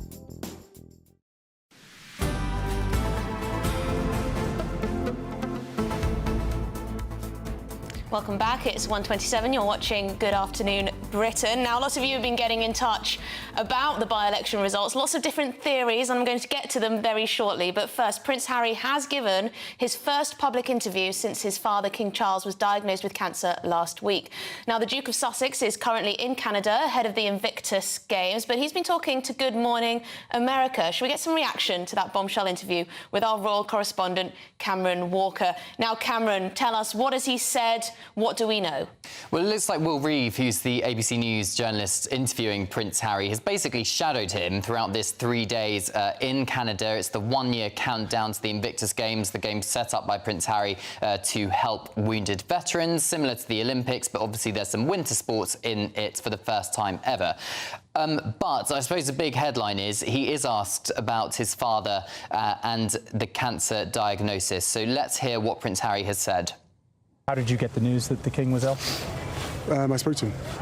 And what did you do next? I jumped on a plane and went to go and see him as soon as I could. How was that visit for you emotionally? Look, I love my family. The fact that I was able to get on a plane and go and see him and spend any time with him, I'm grateful for that. What's sort of your outlook on his health? That stays between me and him. An illness in the family can have a galvanizing or sort of reunifying effect for a family. Absolutely. Is that possible in this case? Yeah, I'm sure. Throughout all these families, I see it on a day-to-day basis. The strength of the family unit coming together. Just physically being in California, how have you processed the fact that there's so much happening back with your family where you come from? I have my own family, right. So as we all do, right? So, my family and my life in California is as it is. I've got other trips planned that would take me through the UK or back to the UK. I'll stop in and see my family as much as I can. He didn't seem particularly comfortable talking there about his family, but I think it was very interesting that he is clearly not prepared to reveal private information about his father's diagnosis. He said when asked, that stays between me and him. And I think there will be a sigh of relief at Buckingham Palace that Prince Harry maybe appears to be turning a bit of a corner and not talking about his private life with the royal family and trying to focus the interview instead on the work he's doing with Invictus. But of course, this is just one interview, and I think it's going to be a long way to go to do if he does want to reconcile with his family. But as he said at the end of that clip there, he very much is expected to return to the UK at some point or transit through the United Kingdom and would like to see his family. In terms of his relationship between his father and himself, I think that's perhaps slightly strengthening, or at least there is some kind of bonds there. William and Harry, on the other hand, I think there is a very, very long way to go. I understand they really are not on speaking terms whatsoever. Clearly, he did not see his brother William when he was back in the United Kingdom following King Charles's cancer diagnosis. But some other things he said in his interview, which I thought was quite interesting, is that he loves living in the USA and has considered, Emily, becoming a US citizen, but that's not a priority for him. So, I mean, that's incredible, I think, becoming a US citizen, because I suppose he'd have to denounce, possibly, King Charles as his head of state. Plus, next week, there is a court hearing in Washington about his US visa situation and the Department of Homeland Security having to reveal that information, bearing in mind in his memoir Spare, he talks about illegal drug use. So it's all getting maybe a little bit messy. Yeah, very interesting indeed that he would divulge that he's thinking of becoming a US citizen, that he's considering it. Anyway, the choice of words I found quite interesting with regards to seeing his father, King Charles. He says, the fact that I was able to get on a plane and go and see him and spend any time with him, I'm grateful for that. Does that suggest that he's surprised that he was able to spend any time with him? Why would he not be able to spend any time with him? Well, I think over the last few years, clearly there has been a huge rift between Prince Harry and the working royals with Spare and the Netflix series and all the promotional interviews to do with his book, where he did heavily criticise the royal family and the people working for them. But I suppose we'll have to wait and see if that reconciliation is possible. Yes, well, thank you very much indeed, Cameron. And please do bring us any updates if you hear anything else from that interview with Good Morning America. Now, coming up, I will be joined by a Ukrainian MP as President Zelensky says it's obvious that Putin is behind the death of Alexei Navalny. That's after your headlines with Sophia.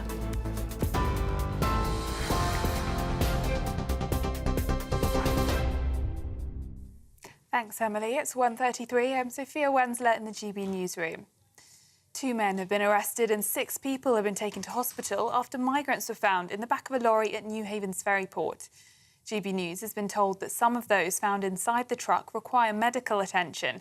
Emergency crews are currently at the scene and are assisting Border Force personnel who are leading the response. Witnesses say several people were taken from the back of a cross-channel freezer lorry.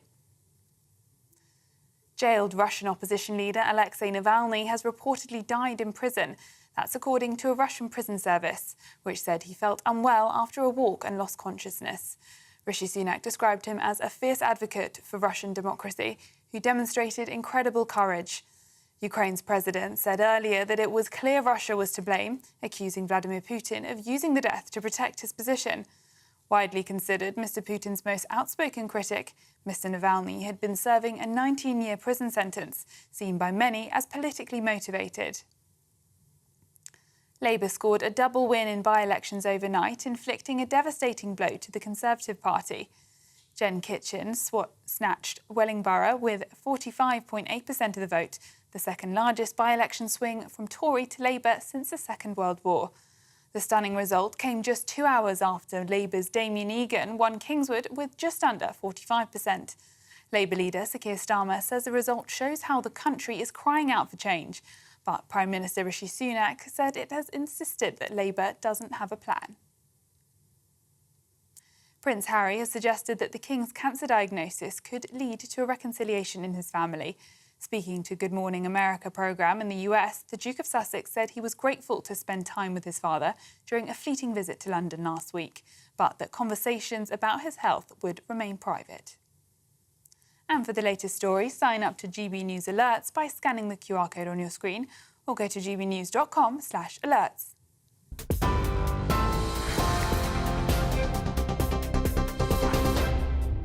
For a valuable legacy your family can own, gold coins will always shine bright. Rosalind Gold proudly sponsors the GB News Financial Report. And here's a quick snapshot of today's markets. The pound will buy you $1.2582 and €1.1683. The price of gold is £1,594 and 12 pence per ounce. And the FTSE 100 is at 7,699 points. Rosalind Gold proudly sponsors the GB News Financial Report. Wake up to the headlines with Headliners every morning at 5 a.m. We treat you to the day's biggest stories before anyone else, 7 days a week. You can catch up on everything you need to know before you've even had your kippers. Headliners every morning at 5 a.m. only on GB News, the People's Channel, Britain's news channel. Good afternoon, Britain. Good afternoon, Britain. Join us, Tom and Emily, To find out what's happening in the heart of Westminster. and why it matters to you.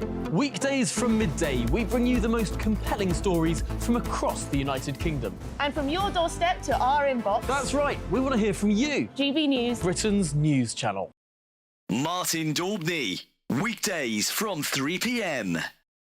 You have a president in President Biden who's not enforcing the law that was passed by Congress. President Obama, criticize him or not, actually enforced the law and was deporting people that had crossed illegally. Of course, President Trump enforced the law and improved the law to make sure that and worked with Mexico to have the Remain in Mexico policy. Biden has abandoned federal policy. In fact, he's deliberately trying to let in as many immigrants as possible. More for the Democrats, more is better and less is racist.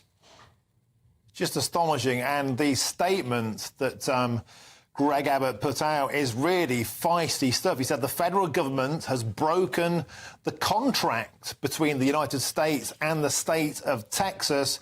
And the eye numbers, Greg, are simply eye-watering. 6 million illegal immigrants have crossed our southern border in just 3 years, Governor Abbott says. That's more than the population of 33 states in the United States. Astonishing numbers. And Martin, that's just Texas. If you add Arizona and other border states, you know, it's pushing 10 million. By the end of Biden's term, it'll be 11 million. A study by Yale University a few weeks ago, 3 very liberal professors that did the study estimate there's 22 million illegal aliens. So this is a crisis that was created by Biden. It's what he wants. They want unfettered access to the border. They're letting them in. It's a real hardship on the working people of Texas and other border states. And now it's a real hardship on cities that the federal government, as well as the governors of Texas and other states, are sending some of the migrants to those so-called sanctuary cities. Every Sunday from 11, join Michael Portillo. There will be topical discussion, looking at the week before and the week to come. So kick back and relax at 11 a.m. on Sundays on GB News with me, Michael Portillo. GB News, the People's Channel, Britain's news channel.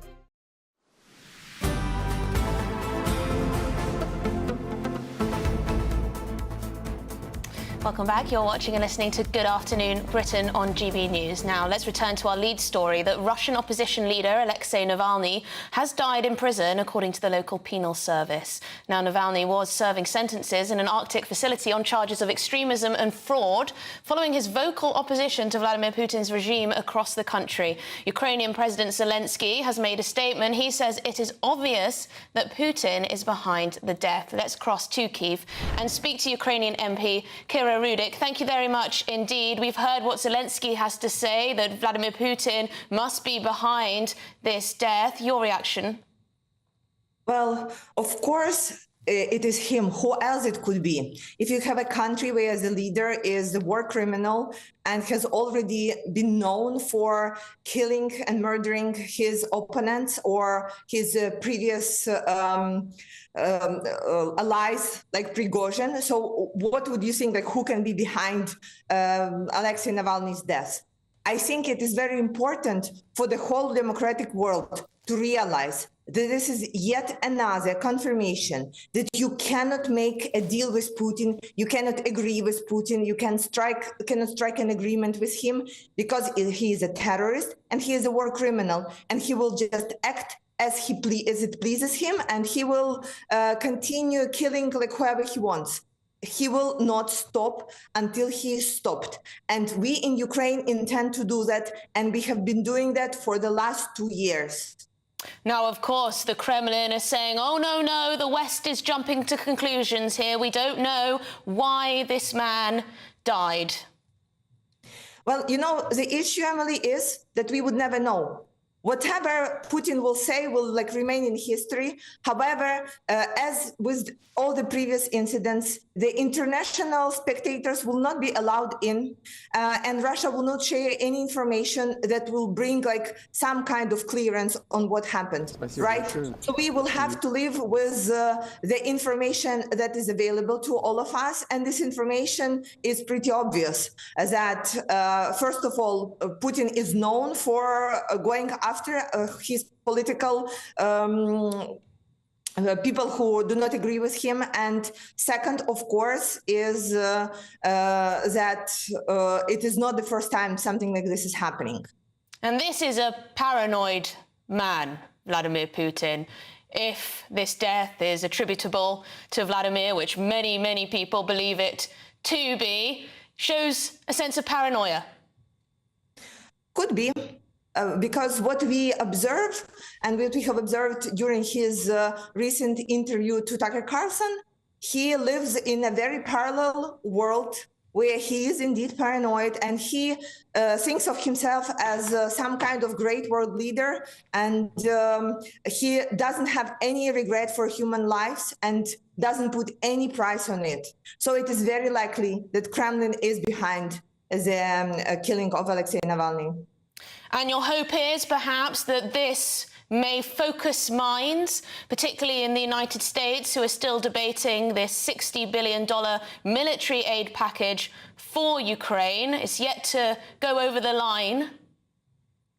We hope that, first of all, the US congressmen and women will go on and fulfill the promise that President Biden has made on behalf of American people, to stand with Ukraine for as long as it takes.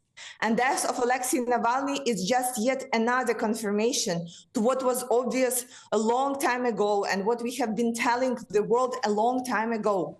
There is no illusion that the war will be stopped by the talks. The war will be stopped if we unite our resources and arm Ukrainian people so we can fight Russia back.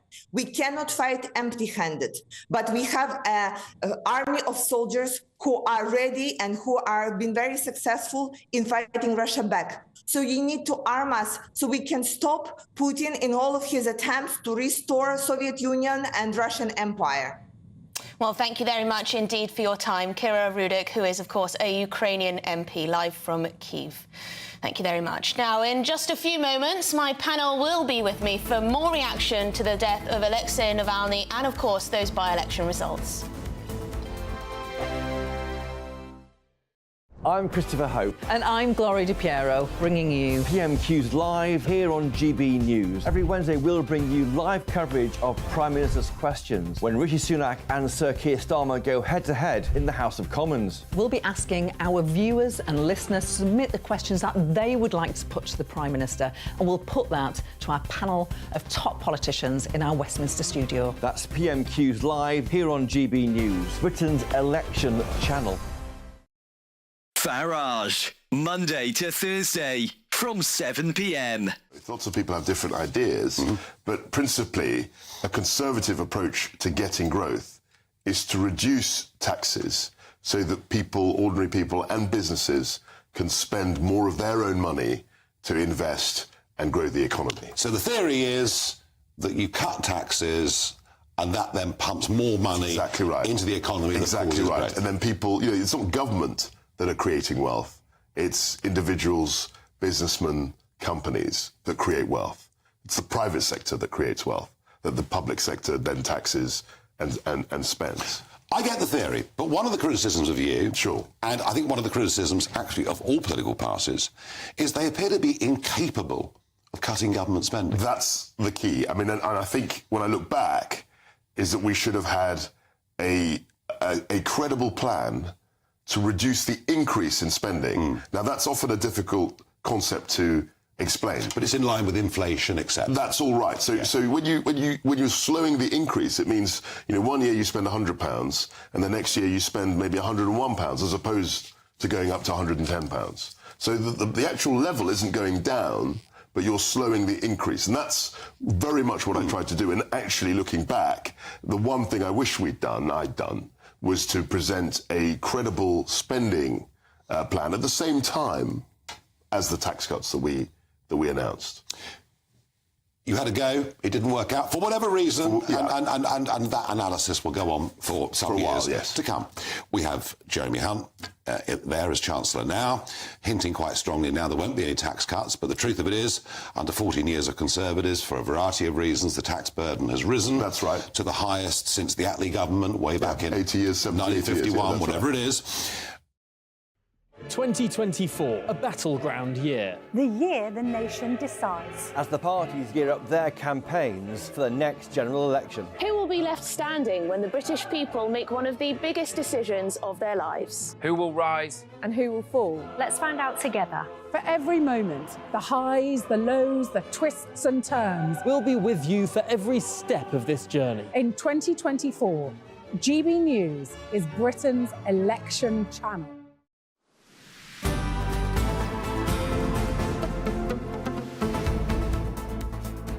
It's 1:47. You're watching Good Afternoon Britain with me, Emily Carver. So let's continue to get reaction to this breaking news on Alexei Navalny's death. Joining me for more on this evolving story is political consultant Alex Dean and the journalist, broadcaster Benjamin Butterworth. Thank you very much indeed for joining me. Alex, you were just watching the reaction from the Ukrainian MP there. Yeah, I thought that was a powerful interview, but I think people who have crossed Putin already know the story. Putin, of course, authorised the murder in this country of Alexander Litvinenko using a state-refined isotope, polonium-210. He might as well have signed a note saying, I did this, Vladimir Putin.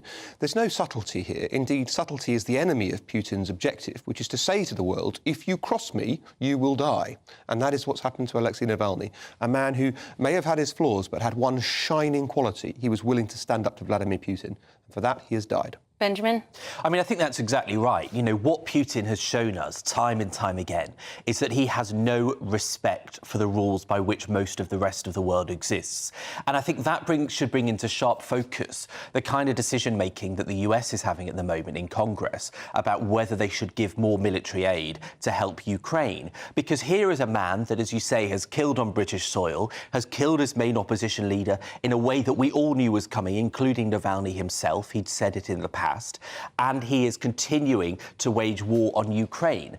I think this naivety that seems to be spreading among some sections of the right, at least in the US, that Putin is actually not some kind of heir to Hitler, as David Cameron implied in a comment earlier this week. I think this should bring into sharp focus just how aggressive he's willing to be and just how little he cares for opposition unless it is forceful opposition. Do you believe it will when it comes to Congress? I don't believe, I hope that the Americans will support the fighters of Ukraine in the way that I believe them to deserve. But to pick up on what Benjamin was saying, I think there's naivety in at least two... I agree with your point, but I think there's naivety in at least two other areas. The first is on the left, where people have fallen for this notion that Ukrainians are Nazis. You know, as soon as they were called Nazis, a certain... Not all of the left, obviously, but some people on the left have fallen for that. And the second, extraordinarily, is amongst some broadcasters who, because they gained access to Vladimir Putin, suddenly were permitted the most fawning and weak and naive kind of interviewing. Tucker Carlson, I cannot imagine how he feels today. He goes over and becomes what can only be called a useful idiot for the Putin's regime and allows him to give this bizarre, sprawling interview where, asked, why did you invade Ukraine, where he says, well, let's take us back to 1300s and the Black Death, and you've got on...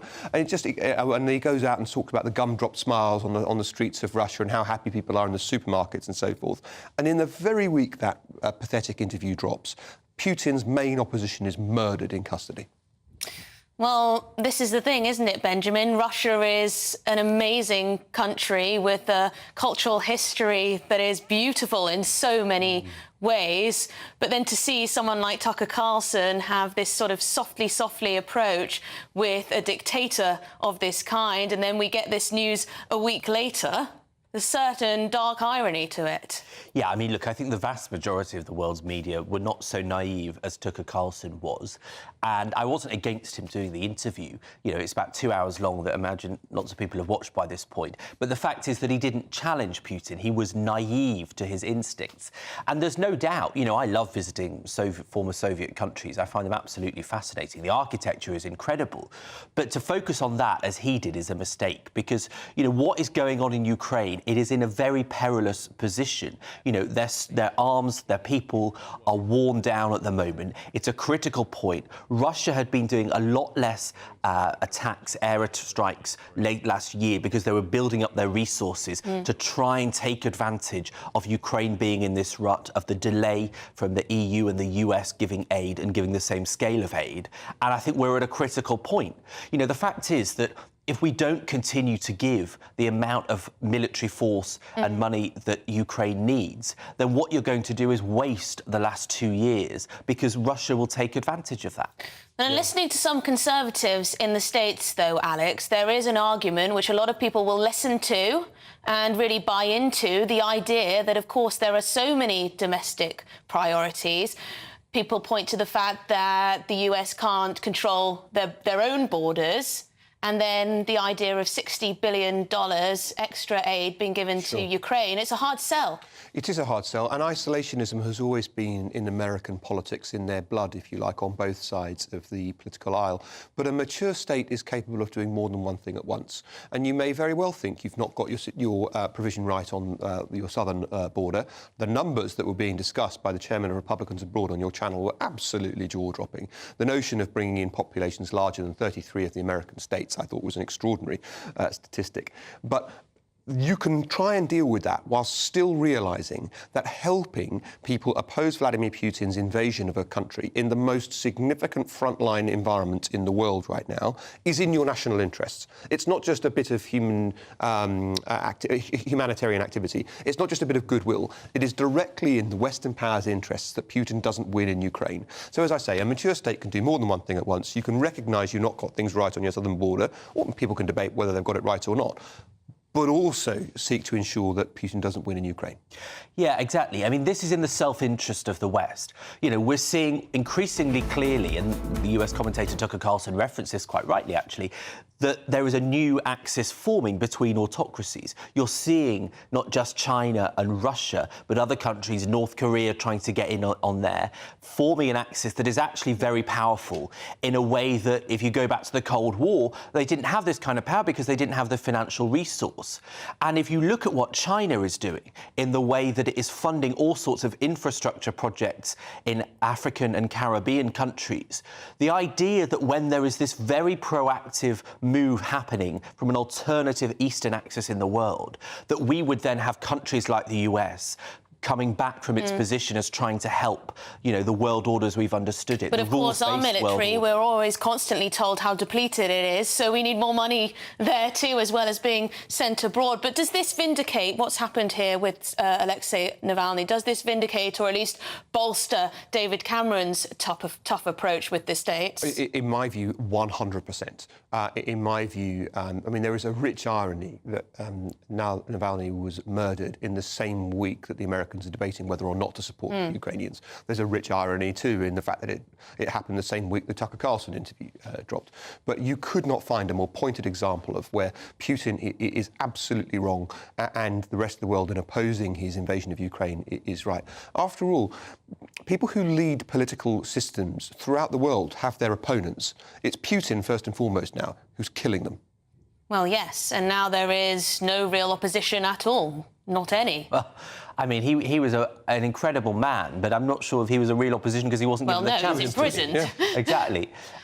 You know, I think it's incredibly important. I'm going to have to end it there, Benjamin, but we'll be coming back to you later on in the show because coming up, 2 men have been arrested and 6 people have been taken to hospital after migrants were found in the back of a lorry at New Haven Ferry Port. We'll be live on the scene straight after this short break.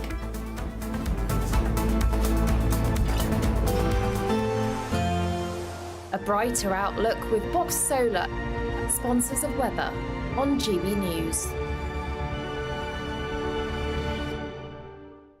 Hello again, I'm Alex Bergill here with your latest GB News weather forecast. We do have some pretty wet weather on the cards as we go through later tomorrow, but for the time being, it's a largely dry picture. That's because we do have a weak ridge of higher pressure across the UK, and it's this that's quietened things down a little bit. That being said, there are still some showery outbreaks of rain around at the moment, and a few of these will continue as we go through the end of the day. Some clear skies through the start of the night, particularly towards the east, before a swathe of thicker cloud pushes its way into western parts, and this is likely to bring some drizzly outbreaks of rain, particularly in the west. For most, though, staying relatively mild, perhaps a little fresher than some recent nights, but temperatures in many places holding up in high single figures, if not double digits.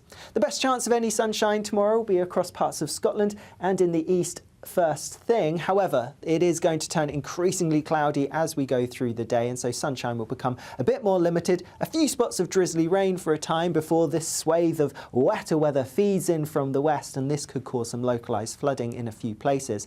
Again, a mild day, temperatures well above average for the time of year, highs of around 15 or 16 Celsius.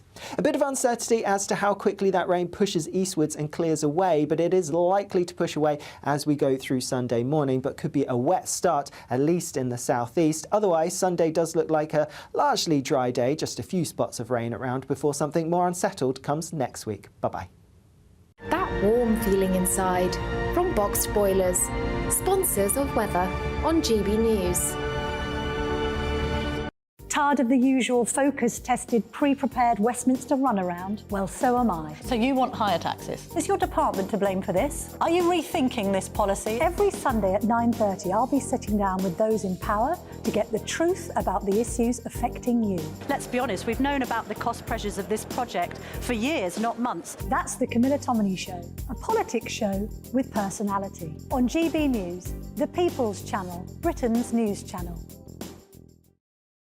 Britain's Newsroom, weekday mornings from 9:30. The EU rules are trying to choke even that. And I just think, you know, I would join this protest in a heartbeat. And you are right to point out this stuff about them being right-wing. How dare they slate them as right-wing when these are real people whose livelihoods and are remember, being a lot of people who work in the farm industry, Malone, get paid very little money. They get paid, agricultural workers are very badly paid. They get paid nothing, Pierce. And, you know, the profits... I think on Clark's Farm, I read somewhere that I saw that when you sell it like a sheep's skin, it's 30 pence or something. Right. And you say, what? Yeah. And so you wonder how they can manage that. And I think after a year, Clarkson made a handful of pounds. He made like 90 quid profit or something. In a whole year working. But Carol makes a really good point, though, doesn't she, Nikki, about this idea that we go to the supermarkets, we shop there, we eat our food, we don't often give it a thing. And the farmers have become so frustrated by this idea that they are not respected. Absolutely. I mean, they're running what are effectively small businesses, often family businesses that are being passed down through generations. They also tend to know the land and the animals better than anyone else in those areas. You know, I'm all for green protests, you know, I'm all for climate change activism, but actually the only way you can do that is gradually. It's exactly what we've seen with Port Talbot. You know, you can't just go in and say, you're not going to do it anymore this way. You've got to do it this way instead. The Tata Steel thing. Yes, exactly. Yeah. You've got to do it this way instead. You know, lots of farmers are on board with protecting the planet, but they can't do it overnight. You've got to give them time. Yeah. So they're protesting, you know, they're saying no farmers, no food. When well, you say can't you get any more support some of obvious. these environmental protests, you're not one of these closet supporters of Just Stop Oil, are you? I'm not a closet supporter. I think I've been quite open about Just Stop Oil. No. I don't like all their methods, but I do like the message. Any of them. But I do appreciate the message. Yeah, but sometimes you've got to do difficult things. What they're asking for now, those protesters, are unrealistic. What these protesters are asking for is not unrealistic. No. 2024, a battleground year. The year the nation decides. As the parties gear up their campaigns for the next general election. Who will be left standing when the British people make one of the biggest decisions of their lives? Who will rise? And who will fall? Let's find out together. For every moment, the highs, the lows, the twists and turns. We'll be with you for every step of this journey. In 2024, GB News is Britain's election channel.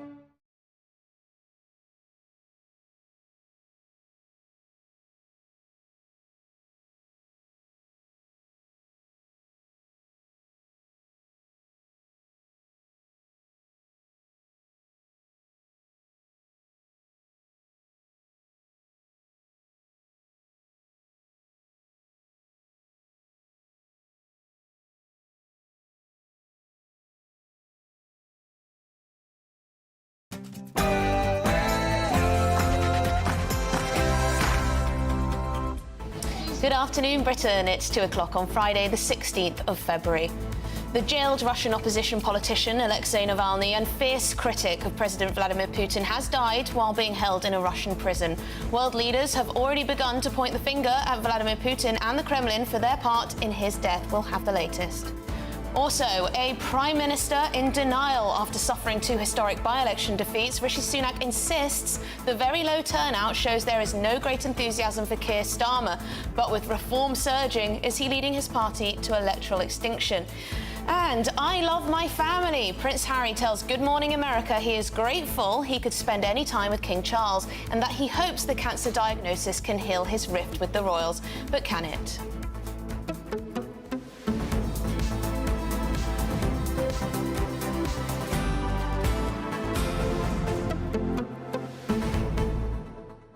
Now, you've been getting in touch on all of the main news today. Sheila has said, with regard to Rishi and the by-election results, she says, how can Rishi Sunak say this is a mid-term election and these results are to be expected?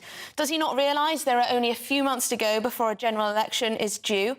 She goes on to say, at 73 years of age, I've seen it all before, but admittedly, I've never known the country in such a broken state. We spoke to Jeff Moody earlier, who was in Kingswood, where one of the by-elections was, and he painted a picture, a pretty bleak picture, of people just being concerned about the cost of living, trying to make it through, essentially, each day, not having enough money, and that a lot of people are disinterested in what politicians have to say as a whole. Are we, the British public, really the losers here? I do think that Rishi Sunak is right to talk about the lack of great enthusiasm for Keir Starmer, but that's certainly not enough for him to get a Tory victory. And Colin says Rishi should resign and Suella Braverman should replace him. I believe that's the only hope for the Conservatives at the next election. Is that right? Would you like to see another leadership election? Is Rishi Sunak the wrong man for the job at this late stage in the game? Would that just be utter madness? Let me know what you think. gbviews@gbnews.com. But first, let's get your headlines with Sophia.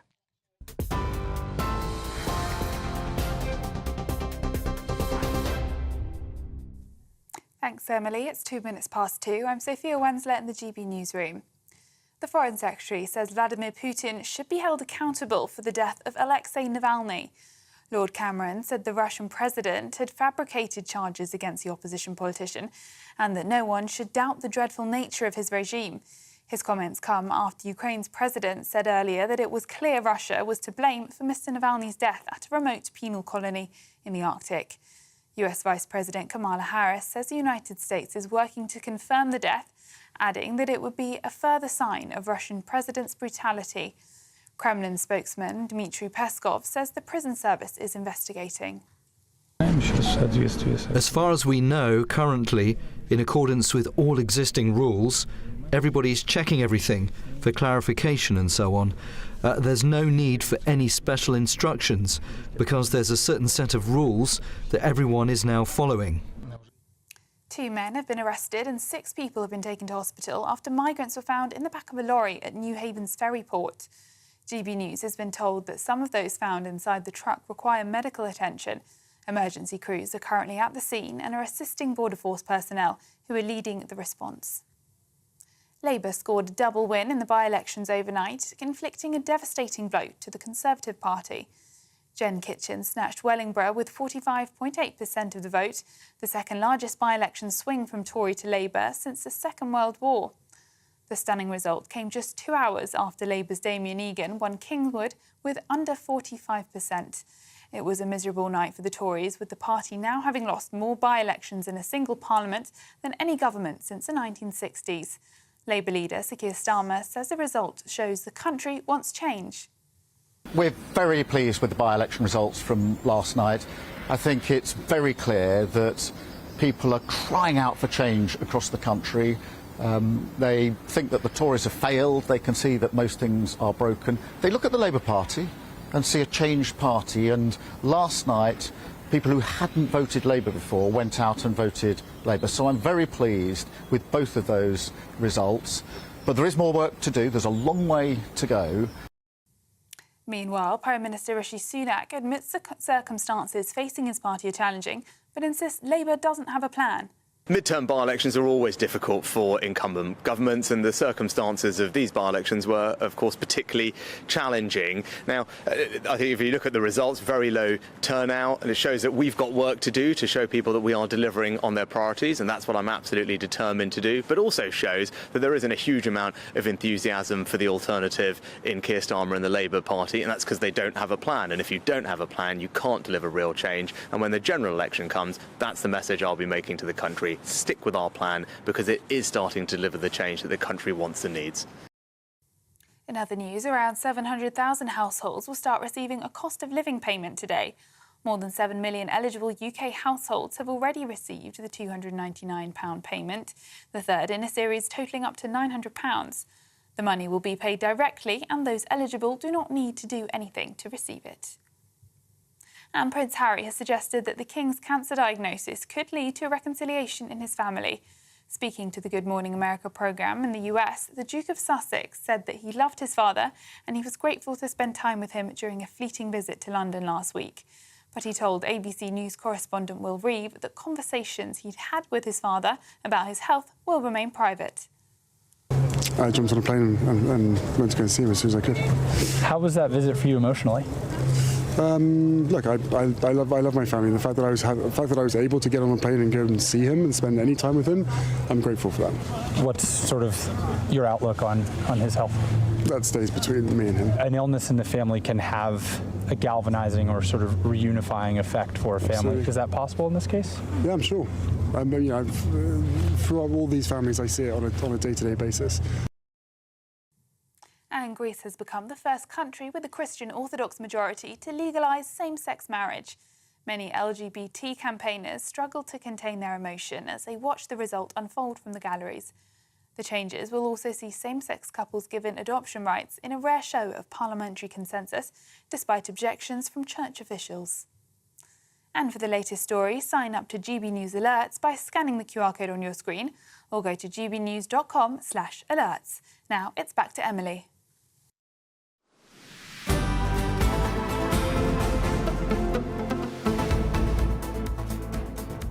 Now, later in the show, we're going to be going live to New Haven to speak to Ray Addison, our reporter, because it seems there is an incident that is developing there. Migrants have been found in the back of a lorry by Sussex Port. 6 people have been taken to hospital. 2 arrests have been made. This seems to be a major incident. Helicopter, ambulances, police cars on the scene. We're going to be getting the very latest from our reporter Ray Addison later on in the hour. But first, Prince Harry has given his first public interview since his father, King Charles, was diagnosed with cancer last week. This is what he had to tell Good Morning America about the effect of his father's illness has had on his family.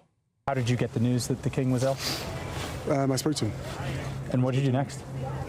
I jumped on a plane and went to go and see him as soon as I could. How was that visit for you emotionally? Look, I love my family. The fact that I was able to get on a plane and go and see him and spend any time with him, I'm grateful for that. What's sort of your outlook on his health? That stays between me and him. An illness in the family can have a galvanizing or sort of reunifying effect for a family. Absolutely. Is that possible in this case? Yeah, I'm sure. Throughout all these families, I see it on a day-to-day basis. The strength of the family unit coming together. Just physically being in California, how have you processed the fact that there's so much happening back with your family where you come from?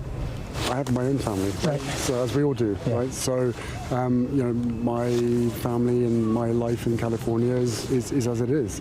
I've got other trips planned that would take me through the UK or back to the UK. I'll stop in and see my family as much as I can. That seemed a little bit uncomfortable, to say the least. Let's get some reaction to the interview with our royal correspondent, Cameron Walker. Little bit toe-curling there for me, a little bit uncomfortable, Prince Harry being asked about his family. Yeah, and he looks kind of equally uncomfortable, Emily. This interview was set up for Prince Harry to promote the Invictus Games, which he set up in 2014 to help wounded veterans. It's the one-year countdown to Invictus Canada right now, which is why they're doing the interview. But of course, inevitably, he was asked about his father, who just a couple of weeks ago was diagnosed with cancer. He did confirm that King Charles spoke to him about the diagnosis, so that's how Prince Harry found out, which is what we had been briefed anyway, but of course hearing it from the horse's mouth is something slightly different. But I think it was very interesting and telling that he clearly refused and was not willing to go into any details about King Charles's private health prognosis, which could come as a welcome relief to Buckingham Palace. But at the same time, Prince Harry has put himself in a position where he could be asked by a journalist about his father. Because that's, of course, going to be the headlines rather than perhaps what Prince Harry would want to do, which is talk about the Invictus Games. Yes, and Cameron, it seems to me that he wants to differentiate clearly between his family life in California and, of course, the royal family, his father, his brother and the rest of the family. Back in the UK, he says, I have my own family, as we all do, right? My family and my life in California is as it is. I've got other trips planned that would take me through the UK or back to the UK. I will stop in and see my family as much as I can. Very vague and also unsure when he's talking about the royal family and when he's talking about his immediate family in California.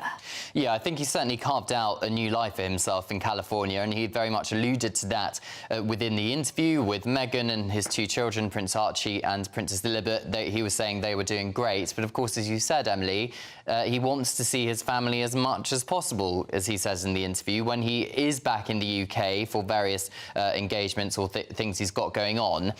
But who is he talking about here, seeing his family? I'm presuming it's his father, because he's already seen his father. But when it comes to William, his brother, and him meeting physically in person, I would suggest that's absolutely not going to happen any time soon. They have not been on speaking terms for a number of years now. Of course, Prince Harry accused his brother of physically attacking him in his memoir Spare, something that Kensington Palace has never commented on, and I suspect probably never will. But the reconciliation between his father and himself, perhaps a lot easier than the reconciliation between his brother and himself. And whether that's going to be medium to long term, we simply don't know. But it looks like by only giving vague details about his private family matters, perhaps there's some path to reconciliation, but of course it's very early days and it's only one interview. It seems to me that he's probably not going to be travelling back to the UK very often. He makes it clear that his family is in California, and he'll make a few trips maybe when something big arises, but probably not that frequent, I imagine. But thank you very much, Cameron Walker, our royal correspondent, bringing us the latest from that interview on Good Morning America with Prince Harry, which was a rather uncomfortable watch when he was asked about the royal family and, of course, his father, King Charles. Now, in other news, Russian opposition leader Alexei Navalny has died in prison. That's according to the local penal service. Now, Navalny was serving sentences in an Arctic facility on charges of extremism and fraud. But, of course, this was all following his vocal opposition to Vladimir Putin's regime across the country. Our security editor, Mark White, has the story. By far Vladimir Putin's most high-profile political opponent, Alexei Navalny remained defiant to the last. An outspoken critic of the Kremlin who refused to remain silent even after his conviction on criminal charges, which his supporters say were politically motivated. And now those same supporters say Putin's regime is the prime suspect in the unexplained death of the opposition politician. Friends, family and his legal team suggested he may have been the victim of poisoning, a deliberate attempt by Russian authorities to silence him. The government in Moscow has dismissed any such suggestion. But for Navalny, it wouldn't be the first time he'd fallen victim to a poisoning attempt. In the summer of 2020, he fell violently ill aboard a passenger plane while on a trip to Siberia. He was flown to Germany and treated by doctors there, who concluded he'd been poisoned by Novichok. The same nerve agent was used against former Russian spy Sergei Skripal and his daughter Yulia in Salisbury in 2018.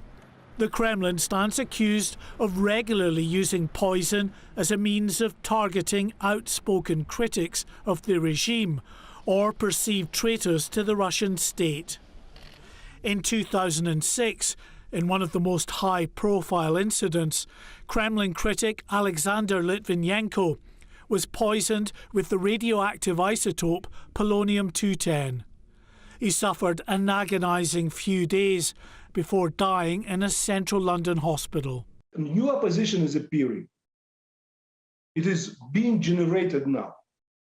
And Navalny played an important role in it. But at the same time, this opposition requires new ideology. The death of Alexei Navalny means Vladimir Putin now rules virtually unchallenged. Many of the critical voices who once spoke out against the Russian leader, now jailed, forced into exile, or like Navalny, are dead. By the time he launched his full-scale invasion of Ukraine, many opponents who once tried to hold the Putin government to account have been silenced. There is widespread and understandable concern at the news of Alexei Navalny's death. But getting proper answers about the cause of death will be next to impossible. Like so many similar incidents in the past, the Kremlin will simply insist any allegations of foul play are far-fetched. Mark White, GB News. Well, thank you, Mark, for providing some very important context there. We can now bring in our reporter, Charlie Peters, for more on this breaking story. I understand you have some updates, some more information. That's right, Emily. In the last 10 minutes, Yulia Navalny, the wife of Alexei Navalny, was just speaking at the Munich Security Conference. During a speech hosted by Kamala Harris, the US Vice President, she entered the room and sat in the front row and then took to the stage to say, if this news is true, then we must join forces and destroy Putin. She also went on to say that Putin must be punished for these actions, but stressed that she didn't know if it was the truth right now, reaffirming that Putin and the Russian regime regularly lie and issue propaganda. Now, she was speaking there and received an extraordinary standing ovation from world leaders in the audience. She will no doubt give further comments later today at the Munich Security Conference. We can expect further reaction also from other world leaders. About an hour before she spoke, we also heard from Vitaly Klitschko, the mayor of Kiev, who said that everyone and anyone who opposes Putin and his regime either ends up in prison or is killed. We also heard from the US Secretary of State, Antony Blinken, who said that Russia is responsible for Navalny's death. First and foremost, if these reports are accurate, our hearts go out to his wife and to his family. Beyond that, his death in a Russian prison and the fixation and fear of one man only underscores the weakness and rot at the heart of the system that Putin has built. Russia's responsible for this. We'll be talking to the many other countries concerned about Alexei Navalny, especially if these reports bear out to be true. Well, reports of Navalny's death have certainly come as a surprise to his family. We heard from his mother earlier today, who said that on Monday she spoke with him when he was at prison on the 12th, and she said he looked happy, alive and healthy. Now, of course, those reports coming out of the IK3 penal colony where he has been kept since December the 25th challenge very gravely those reports. We'll wait for further information at this time, but Dmitry Peskov, the Russian spokesperson for President Putin, saying that the necessary reviews and checks by the prison service will now be taken. OK, well, thank you very much indeed. Charlie Peters, our reporter, bringing us the very latest from the death of Alexei Navalny. Now, up next, Rishi Sunak reacts after what was a pretty disastrous night for his party, losing 2 more seats to Labour. Is it a sign of things to come? What was going on? This is Good Afternoon Britain on GB News.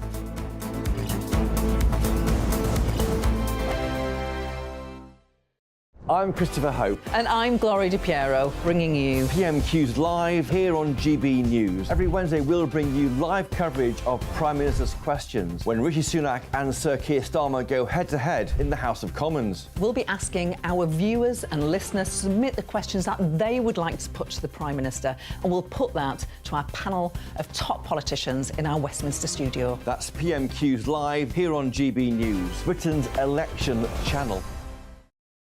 The Camilla Tominey Show, Sunday mornings from 9:30.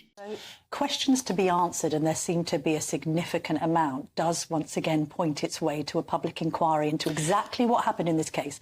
Starmer's called for that. Would you call for that too? I certainly think that first of all, there's one thing that's happening now. The NHS have to order an independent inquiry. That's been done. So they've got to look at all the whys and wherefores of what happened with this man. If it appears that we're not getting sufficient depth and breadth to this, then I think having an inquiry with all the powers that brings would be extremely advantageous. What I don't want is some long-winded inquiry that will take years, by which time other people will have been put at risk and maybe other lives have lost. We know what the problems are here, Camilla. Law's been passed on this. This is all about making sure on the ground we implement the highest degree of monitoring in order to ensure the safety of the public. Has care in the community failed?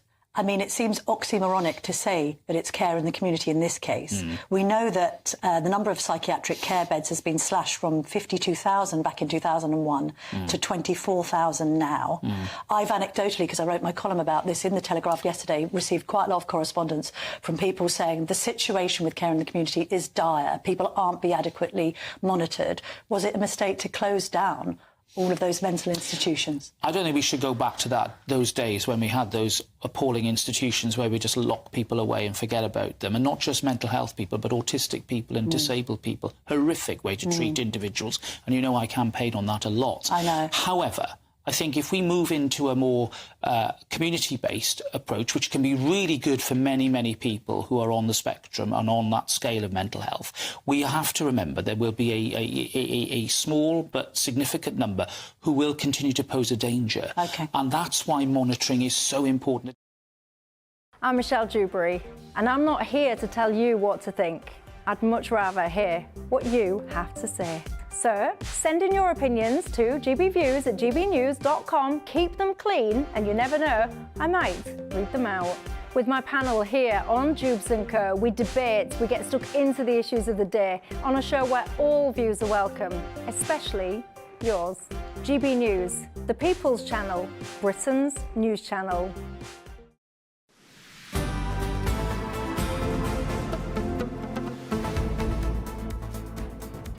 It's 2:23. You're watching and listening to Good Afternoon Britain on GB News. Now, as we've been discussing, of course, the Conservative Party did suffer quite a calamitous night yesterday as they lost both the Wellingborough and Kingswood by-elections to the Labour Party. Now, Sir Keir Starmer's party overturned two large Conservative majorities in both seats, with the Labour leader saying the results showed the country is crying out for change. Meanwhile, Rishi Sunak sought to downplay the defeats by blaming very low turnout, but he did acknowledge that the Tories do have work to do. You could say that again. Now, to discuss this further, I'm joined by GB News political editor Christopher Hope. No, I'm not. I am joined by Olivia Rutley. Very different from Christopher Hope.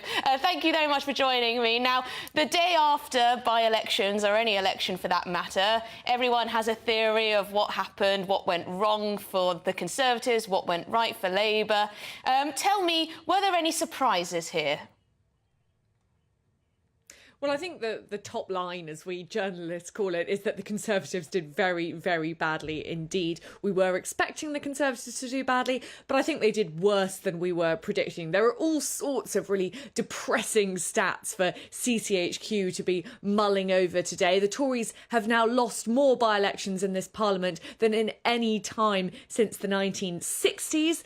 If the swing in Wellingborough of just over 28% was repeated across the whole country, obviously, that's very, very unlikely to happen. But if you want to extrapolate those results literally, then you see the Conservatives ending up with something like 12 seats in the whole of Parliament. This was a very bad night indeed. And of course, they were being squeezed on both sides. Labour did pretty well, and Reform managed to get 13% of the vote in Wellingborough, leapfrogging the Lib Dems in both constituencies. There will be those in the Conservative Party now, and in fact, we've already heard Miriam Cates and Danny Kruger, the front runners of the New Conservatives, basically suggesting that the Conservatives need to now take a leaf out of Reform's book. They need to look properly at immigration. They need to cut taxes, etc., etc. There will be more calls for that as we get closer and closer to a general election, because the Conservatives really can't afford to be hemorrhaging votes towards Reform. The fly in the ointment for Labour, it was a very good night for Labour and there is no getting away from that. But the fly in the ointment for Labour is that there is not a sort of wave of enthusiasm for Keir Starmer and his party. The turnout in both constituencies was low. It was under 40%. And actually in both constituencies, Labour got fewer votes than Labour did in the last election when they lost. I mean, that, in a way, doesn't really matter. Elections are won on who goes out to vote. But if Labour manages to win purely because the Conservative vote has simply collapsed, then governing might actually be quite difficult for them. They might not have very long in power. And without that sort of 1997 crest of enthusiasm, Keir Starmer might have a bit of a tough time. But long story short, it was a very, very bad night for the Conservatives. They will tell you, I've spoken to Conservatives today who say that in Wellingborough, in particular, the fact that the local association chose the disgraced Peter Bone's girlfriend as their candidate was a real drag on the vote. But that doesn't really explain away these by-election results, and it doesn't explain away the trend of by-election results that we've seen over the last 7 months, where the Conservatives have been hemorrhaging these huge, huge majorities. Rishi Sunak said this morning that these were sort of mid-term blues. Well, this isn't mid-term. This is months before a general election. And pretty much everyone inside the Conservative Party is feeling very weary and is beginning to say that the game's up. Well, thank you very much indeed, Olivia Rutley, our political correspondent there live from Westminster. So let's now get the views of Telegraph columnist Tim Stanley. Tim, thank you very much for joining me on the show. You've heard Olivia giving all the context there, a little bit of detail on the results. What's your overall takeaway from what we saw last night? an absolute disaster for the Conservatives. They're going to lose the next election. Labour is going to win a very sizable majority. The interesting thing I thought was the performance of Reform. It's right, we're not quite sure where their votes have come from. They might have drawn as much from Labour as they did from the Conservatives.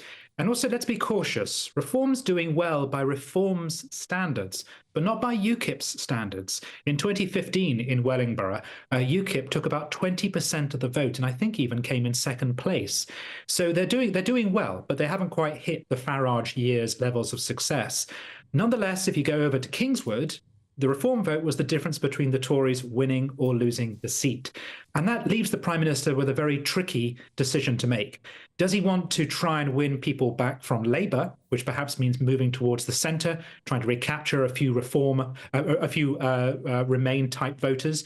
Or does he try and get back the Reform-style voters, lean into the red wall, try and get the working class back on side? So not only a very bad night, but it's not clear strategically what the Tory party now does to rebuild its coalition. Yeah, very difficult for Rishi Sunak to rebuild that coalition. But it's not been a brilliant week up till this point for Keir Starmer. Lots of scandal, accusations of anti-Semitism. Had no impact on the result. I mean, some people have been writing into me saying a huge portion of voters were voting by post. That would have been days ago. Yeah, you're absolutely right. He has had a difficult week. Anti-Semitism has returned. And I would say to all commentators, hold your horses until, correct me if I'm wrong, February the 29th. Not next Thursday, but the Thursday after that, when we'll have the Rochdale by-election. Now, that's going to be very interesting. Labour ought to have won that very comfortably in a landslide. But of course, there's been controversy with Labour's official candidate around allegedly anti-Semitic remarks. Labour has dropped that candidate. He remains on the ballot. And that means we don't quite know what's going to happen in this Muslim and working class seat. It's possible that Reform will do very well. Simon Danczuk is running. He used to be the MP, so that would be a good test for them. But it's also possible that George Galloway will do very well, who's trying to stoke up local anger about Labour's views on Israel. So yeah, nationally, Labour doing well. It's still going to win. It's going to get a very healthy majority. But there are these problems within its coalition. And for a long time, it has assumed it could coast on the comfortable and loyal support of Muslim voters. But Keir Starmer's triangulation project has actually tested that. And in Rochdale, we'll see if that bit of the Labour coalition is starting to break away. Yes, and we could see the number of independents in certain constituencies taking quite a lot of the vote share away from Labour if Israel-Gaza remains so front and centre in so many voters' minds. But Tim, what on earth has happened to the Liberal Democrats? Have they been rendered completely irrelevant? No, don't rule them out. These were two seats where they essentially gave up campaigning. And by the way, an important thing to bear in mind with Kingswood is it won't even exist at the next election. So really all the focus was on Wellingborough. I, as a journalist, only bothered to go to Wellingborough. We weren't taking Kingswood very seriously. And this wasn't a good test seat for the Lib Dems. They will still matter. They are still regarded as a threat to the Tories in the South at the next election. I just don't think in percentage national terms they're ever going to do as well as they did in the mid-noughties. And the curious thing about the Lib Dems, given how long they have struggled to get into government, how their whole raison d'etre is changing the electoral system so that they can get into government, the Lib Dems have never recovered from the 5 minutes that they were in government. They ended up U-turning on many of their core policies. The public still resents them for much of that. And this impression that they were a new way of doing politics was just blown out of the water by how they actually behaved when they were in power. So nationally, I don't think their vote is ever going to return to what it was, but they still will matter. I'm sitting in Sevenoaks in Kent. The Lib Dems swept the town council elections. They could end up taking some really surprising seats on election night. Yes, middle-class voters who don't want to vote Labour but can't vote Conservative either may well win there. Just very lastly, and perhaps this is my own prejudice, but I want your view about the calibre of these new two Labour MPs, both very young, limited experience perhaps. Yeah, but that's what Starmer wants, isn't it? He wants young people who are just very genial and very nice and who just are the product of the party machines. But I dropped by on Labour's campaign in Wellingborough and I was really struck by the youth of the people there and that they were just really, really nice. It was like stepping back in time to the late 90s when New Labour won. I'm just about old enough to remember that. And Labour was the wave of the future, and the next generation wanted to support it. You can often tell with parties who's going to win by the character of the people supporting them. And Labour right now is what the tomorrow people are backing. Well, we shall see. Thank you very much indeed for your time, Tim Stanley, who is, of course, a Telegraph columnist. Now, coming up, we're live in New Haven, where ambulances and police are currently responding to a situation where 2 men have been arrested, 6 people have been taken to hospital. But first, your headlines.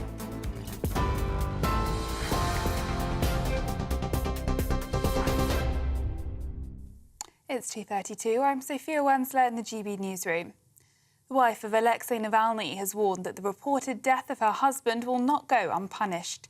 Speaking at the Munich Security Conference earlier, Yulia Navalny said Vladimir Putin must be held personally responsible for the atrocities he's committed.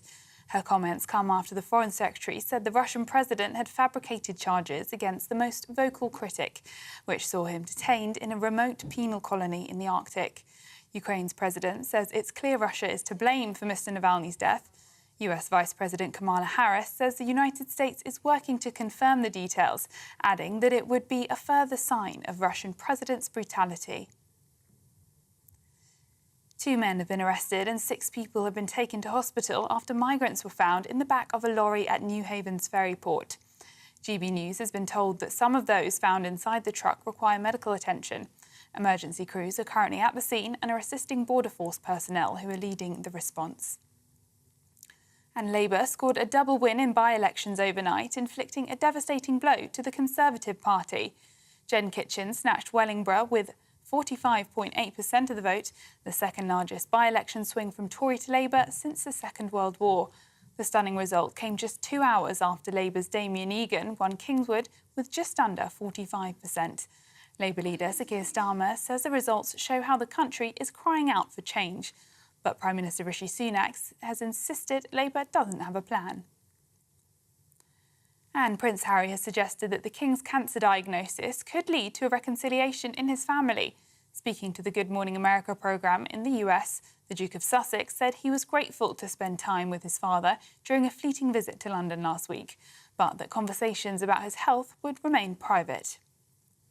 And for the latest stories, sign up to GB News Alerts by scanning the QR code on your screen, or go to gbnews.com/alerts.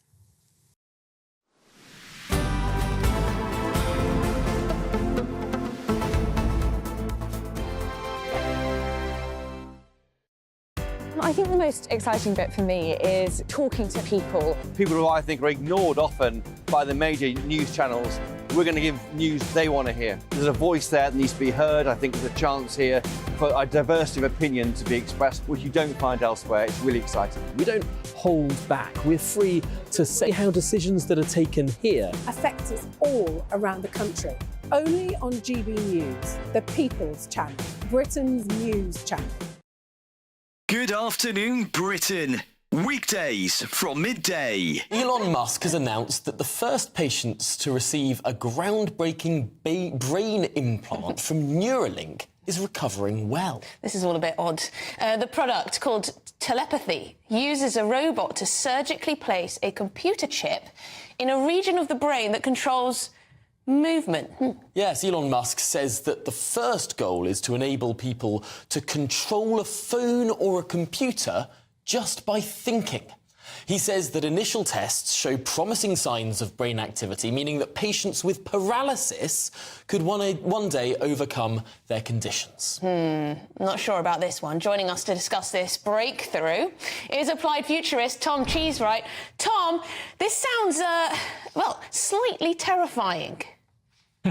I certainly think a lot of people will be thinking this is something out of a sci-fi horror rather than reality. But this is a technology that's been a long time coming. We've been developing direct brain-computer interfaces for a long time, mostly for the sort of therapeutic reasons that are the initial goal, at least, of Elon Musk's Neuralink, to allow people who are perhaps quadriplegic to have direct control via their brains of initially a smartphone and maybe ultimately artificial limbs or a wheelchair.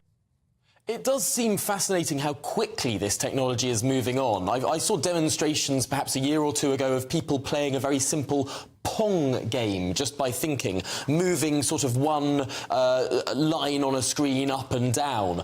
This seems like potentially there has been a breakthrough that means far more complex things can be controlled just by thinking. Well, there's lots of different aspects to this technology. The initial attempts to interface with the brain used actually quite thick prongs almost that went into the brain, and they were quite solid, and so if the brain moved, they could potentially cause damage.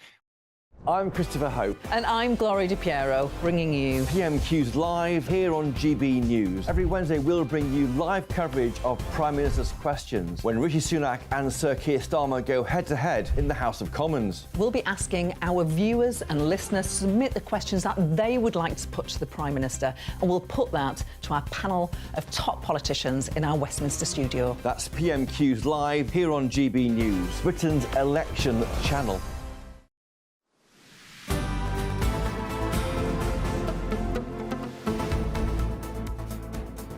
It's 2:38. You're watching and listening to Good Afternoon Britain. Now, let's bring you some breaking news from New Haven, where ambulances and police are currently responding to what seems to be a very big situation. 2 men have been arrested, 6 people have been taken to hospital.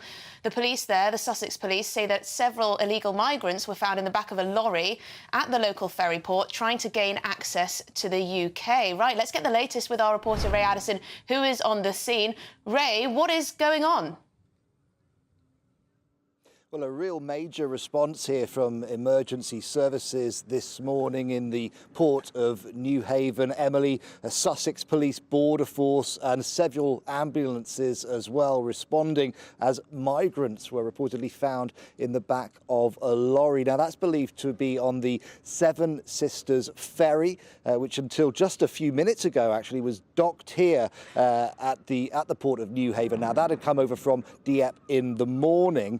Sussex Police saying that Border Force are the lead agency on this case and that 2 men have now been arrested, one on suspicion of facilitating illegal entry into the United Kingdom and the other for entering the UK illegally. Now, as you were saying, 6 migrants, we've been told, have been taken to hospital, rushed there by ambulances. However, luckily no fatalities have been reported at this stage. We have heard a comment from the local MP for Lewes as well, Maria Caulfield. She posted on X saying that she was very, very concerned by these reports and she thanked emergency workers for responding so quickly. As I was saying just a few minutes before we came on air, that Seven Sisters ferry did depart, but I had spoke to a number of passengers before coming on air to you now, and obviously they've had a fairly significant delay and were wondering what was going on. A lot of concern as that ferry did leave.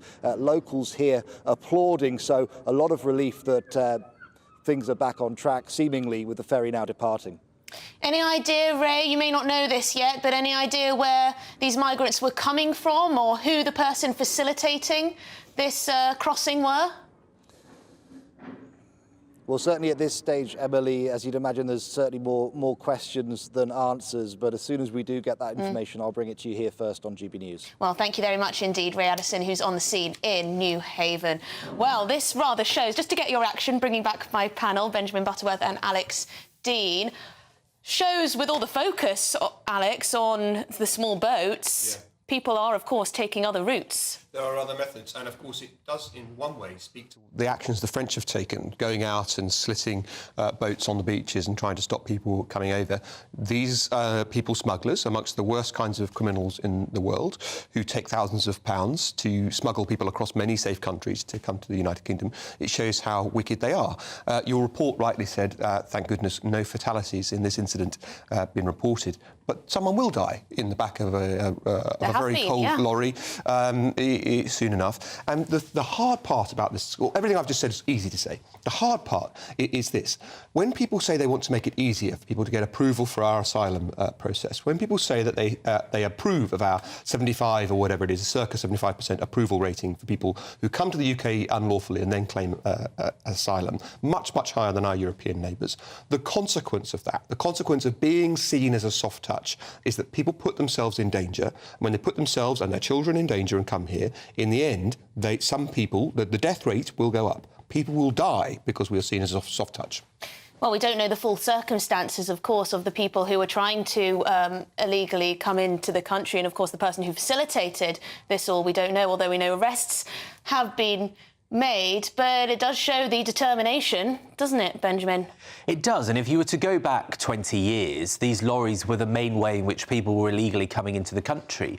And actually, there's been a significant fall in the number of people who illegally tried to enter the country this way. And so I think your original point that maybe the focus on, quote unquote, stopping the boats might explain some people trying to go back to this method. And I think it shows why our government and the French government have to be on board on all fronts, because you know, it doesn't matter what you think about the levels of immigration and what they should be.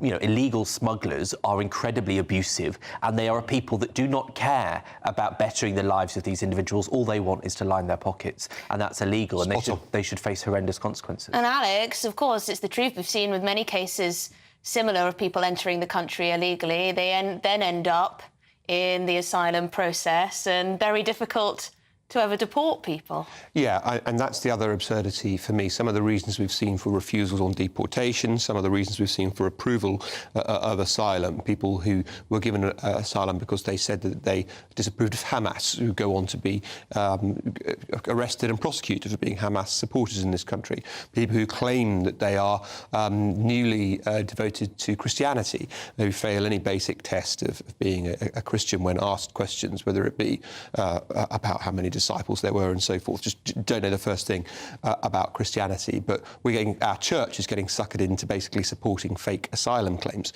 We are being taken for a ride. In the end, we are entitled to decide who comes to this country and the manner in which they come. I believe in being generous in our asylum seeker and being generous in our refugee system for genuine asylum seekers and genuine refugees fleeing peril and seeking refuge.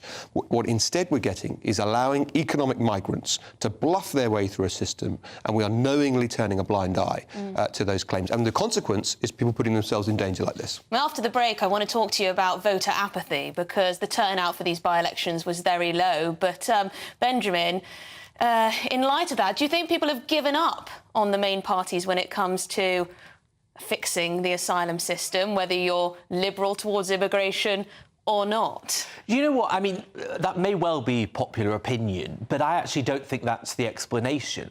I think the fact is that we live in an age where it has never been more possible and more accessible for people to try and illegally enter countries. Yep. And you've never had a fundamental problem, which is that you have many countries far away from our shores that are unstable, that have wars, that have political instability. You have the problem of climate change that's going to become more significant on parts of the world being uninhabitable.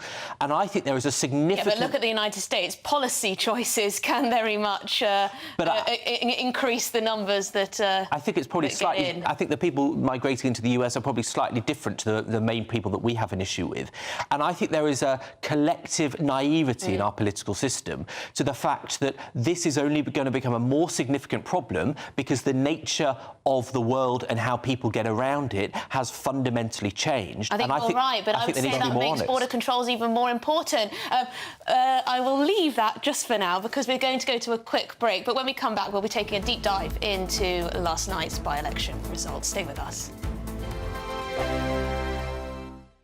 Now then, Lee Anderson here. Join me on GB News on my show, The Real World, every Friday at 7 p.m. I'm not eating bloody cat. Are you delicious? mental? Open your mouth. OK, here comes a train. Reminds me of the scene in Singing in the Rain. Adam, is that a good one? Whoa! Join me at 7 on GB News, Britain's news channel. Martin Daubney.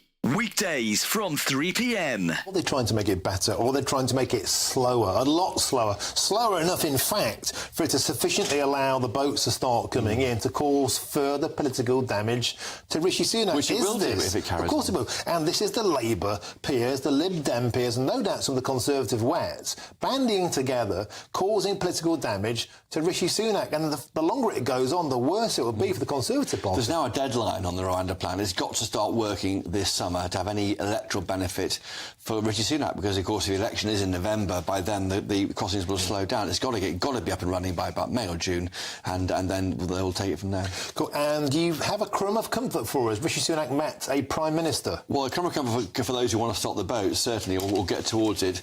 The PM today met Alexander De Croo, who's a Belgian Prime Minister. They've agreed a UK-Belgium law enforcement cooperation agreement. In short, that is a focus on surveillance and information, ultimately, which should help stop the boats. Not many boats make crossings from Belgium, but it's the kind of they can hopefully use law enforcement. These are the kind of deals which Sir Keir Starmer's talking about. If he becomes Prime Minister, he'll do more of these deals with countries on the continent, and this shows that the PM, the Tory PM, can do them too. And there may be intelligence sharing of crime gangs that operate within Belgium. As you say, it's a much, much further distance, much more perilous across the North Sea. Very unlikely that people will be leaving in any great numbers from Belgium. But nevertheless, is this of note, or is it a token victory against a backdrop of domestic loss? It's interesting they can do it with Belgium and not do it with the European Union, because so far we've been told the returns agreements can't be agreed with individual countries because they've got the European Union to talk to.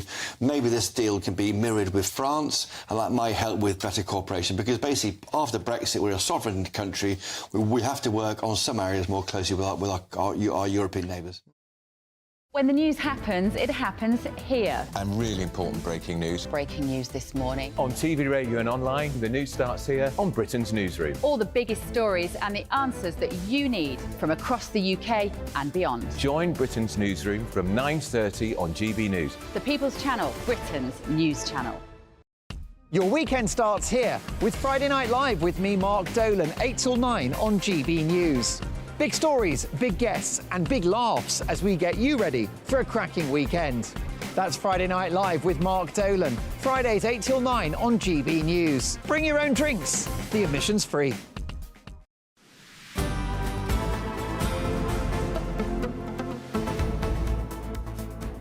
Now, one point we haven't talked about enough, I don't think, is the level of voter apathy. Turnout was well down in those by-elections last night. And I want to get the thoughts of political consultant Alex Dean and journalist and broadcaster Benjamin Butterworth on this one. How concerned should we be, Alex, about the number of people who are bothering to vote? I think it's a relevant and reasonable thing to ask, but I can tell you that I think the political establishment won't care. I'm old enough to have been on air doing broadcasting the night that we introduced our police and crime commissioners, and the turnout for those elections was much worse than these by-elections, down in the low teens. And some people said, well, that's going to be the end of this system then. But here we still are with police and crime commissioners, a political generation onwards. At the general election, turnout will tick back up again, and people will say it doesn't matter. I think it does matter to a degree, but in answer to your question, no one's going to care at the highest levels. Yes, and did the Conservatives, a bad night for them, of course, did they make a few odd choices, a couple of odd choices when it came to candidates? They've been making a lot of odd choices. I mean, I guess you're referring to Wellingborough, where they chose the girlfriend of Peter Bone, the man that was forced to resign the seat. I think that was a pretty bad look. Look, on the one hand, the candidate they chose was an experienced Tory councillor. She'd run for Parliament before. But actually, Peter Bone had basically said to the Tory party, you either pick her or I'll run against you. So they were put in a very difficult position. And I know that Rishi Sunak never visited the constituency. But in Kingswood, the Bristol, Gloucestershire seat, you had a turnout of about 37%, which is lower than most by-elections have been. And so it is an underwhelming result. But it's a constituency that's not going to exist in a matter of months, which is why, actually, I thought there was quite the audacity of the Conservative MP that resigned in protest. You know, he was going to lose his seat. He didn't have oil and gas. He didn't have a seat to fight anyway. So I think, actually, that's the voters saying, well, this is a bit of a waste of our time. However, I don't accept the argument when people say, in this case, you know, where Labour's had significant swings, oh, well, it doesn't mean much because the voter turnout was so low. I think it's very clear what voters are trying to say, and that's that they're sick of the Tories. In terms of proportion, Labour did well, but did they do well in actually building the number of individual voters for them? Of course, the Prime Minister's response this morning has been, I'm not seeing a significant surge towards the Labour Party. Their vote hasn't gone up particularly. He's got half a point. You don't see much of a surge of enthusiasm for the Conservative Party either. In fact, it's the collapse of the Conservative Party's vote, the party of which I'm a member. It's the collapse of the Conservative Party's vote that is, in my view, the big story here. And if you're going to convince people who voted for you last time, 2019 is not that long ago, you're going to convince people to come out, you're going to have to do something different to the current modus operandi. So let's not kid ourselves, a disastrous night for the Conservative Party, and that's kind of the start and end. But if we're going to go beyond that, you do have a point about the two by-elections that were just fought. If I lived in a seat that wasn't going to exist in a few months' time, and the MP that told us he was going to serve a full term and we voted for him said, do you know what, I've got something better to do, I'm off, which is basically, and I like Chris Skidmore on a personal level, but that's what he did. He forced a needless by-election for his own personal preferences to go off and pursue a career in academia. Two fingers up is a completely rational response from the electorate. And as for Wellingborough, someone gets forced out for sexual assault issues and then you pick his girlfriend. I mean, it's mental. Madness. Absolutely mental. Absolute madness. I mean, Benjamin, of course, you wouldn't vote for Conservatives or the Reform Party. No, we have perfect balance because I'm a Labour Party member. Yeah, exactly. Excellent. Always perfect balance on this panel. But do you reckon some of those Reform voters in Wellingborough and in Kingswood, push comes to shove when it comes to the next election, would perhaps vote Conservative? I think that Reform is clearly a very serious threat. The first thing I'd say is that I really don't like this argument, though it makes sense from a strategy point of view, of the Tories saying, oh, we'll vote Reform and you'll let Labour in. It's not that that's not true, but I just think it's a pathetic excuse for the fact that the reason people are going from Tory to Reform is because they think the Tories have failed on things like immigration and taxation and probably some social issues. But that's the strongest argument, though, really, isn't it, from the Conservative side, that you'll, you know, if you don't want Starmer, it's the strategy you'd go for, except that the real way to bring people back would be the same thing to bring people back from Reform as those going to Labour, which would be to govern more coherently and to have less of the chaos. And I don't think that's going to change.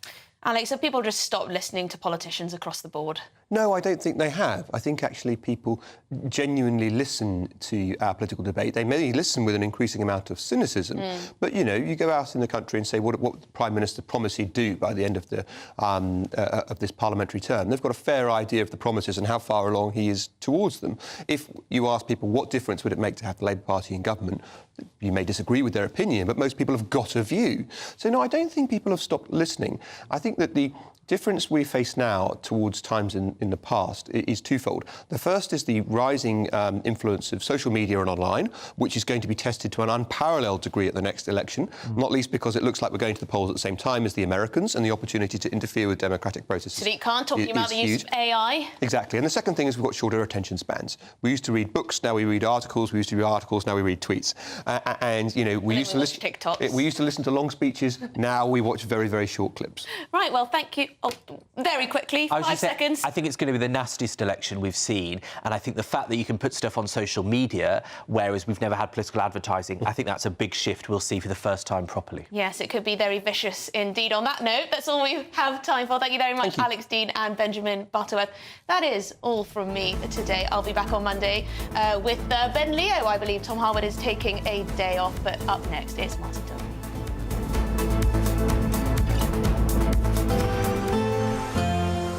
A brighter outlook with Box Solar, sponsors of weather on GB News.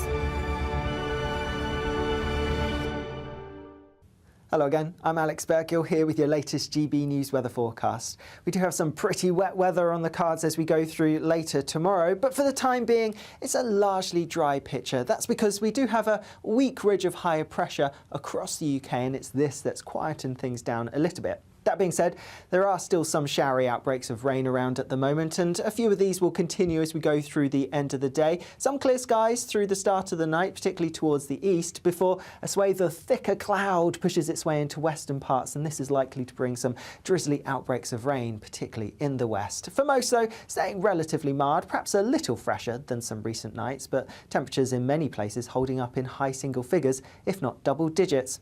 The best chance of any sunshine tomorrow will be across parts of Scotland and in the east first thing. However, it is going to turn increasingly cloudy as we go through the day, and so sunshine will become a bit more limited. A few spots of drizzly rain for a time before this swathe of wetter weather feeds in from the west, and this could cause some localised flooding in a few places. Again, a mild day, temperatures well above average for the time of year, highs of around 15 or 16 Celsius. A bit of uncertainty as to how quickly that rain pushes eastwards and clears away, but it is likely to push away as we go through Sunday morning, but could be a wet start, at least in the southeast. Otherwise, Sunday does look like a largely dry day, just a few spots of rain around before something more unsettled comes next week. Bye-bye. That warm feeling inside from Boxed Boilers, sponsors of weather on GB News. the GB Newsroom, we bring you the news as it happens. With our team of dedicated journalists across the UK, we're ready to give you accurate reporting every day. When the news breaks, we'll be there with bulletins on GB News, the People's Channel, Britain's news channel. Lee Anderson's Real World, Fridays from 7 p.m. Dr. Jane Jones, who's the clinical lead for Care After Combat. Yep. Jane, thanks for coming. And just tell me a little bit about your organisation. What do you do? OK, well, thank you for having me here so we can talk about Care After Combat. So we are an organisation, a charity, who work into the prison system, working with military veterans who've somehow got involved with the justice system. And so there's quite a high population of ex-servicemen and women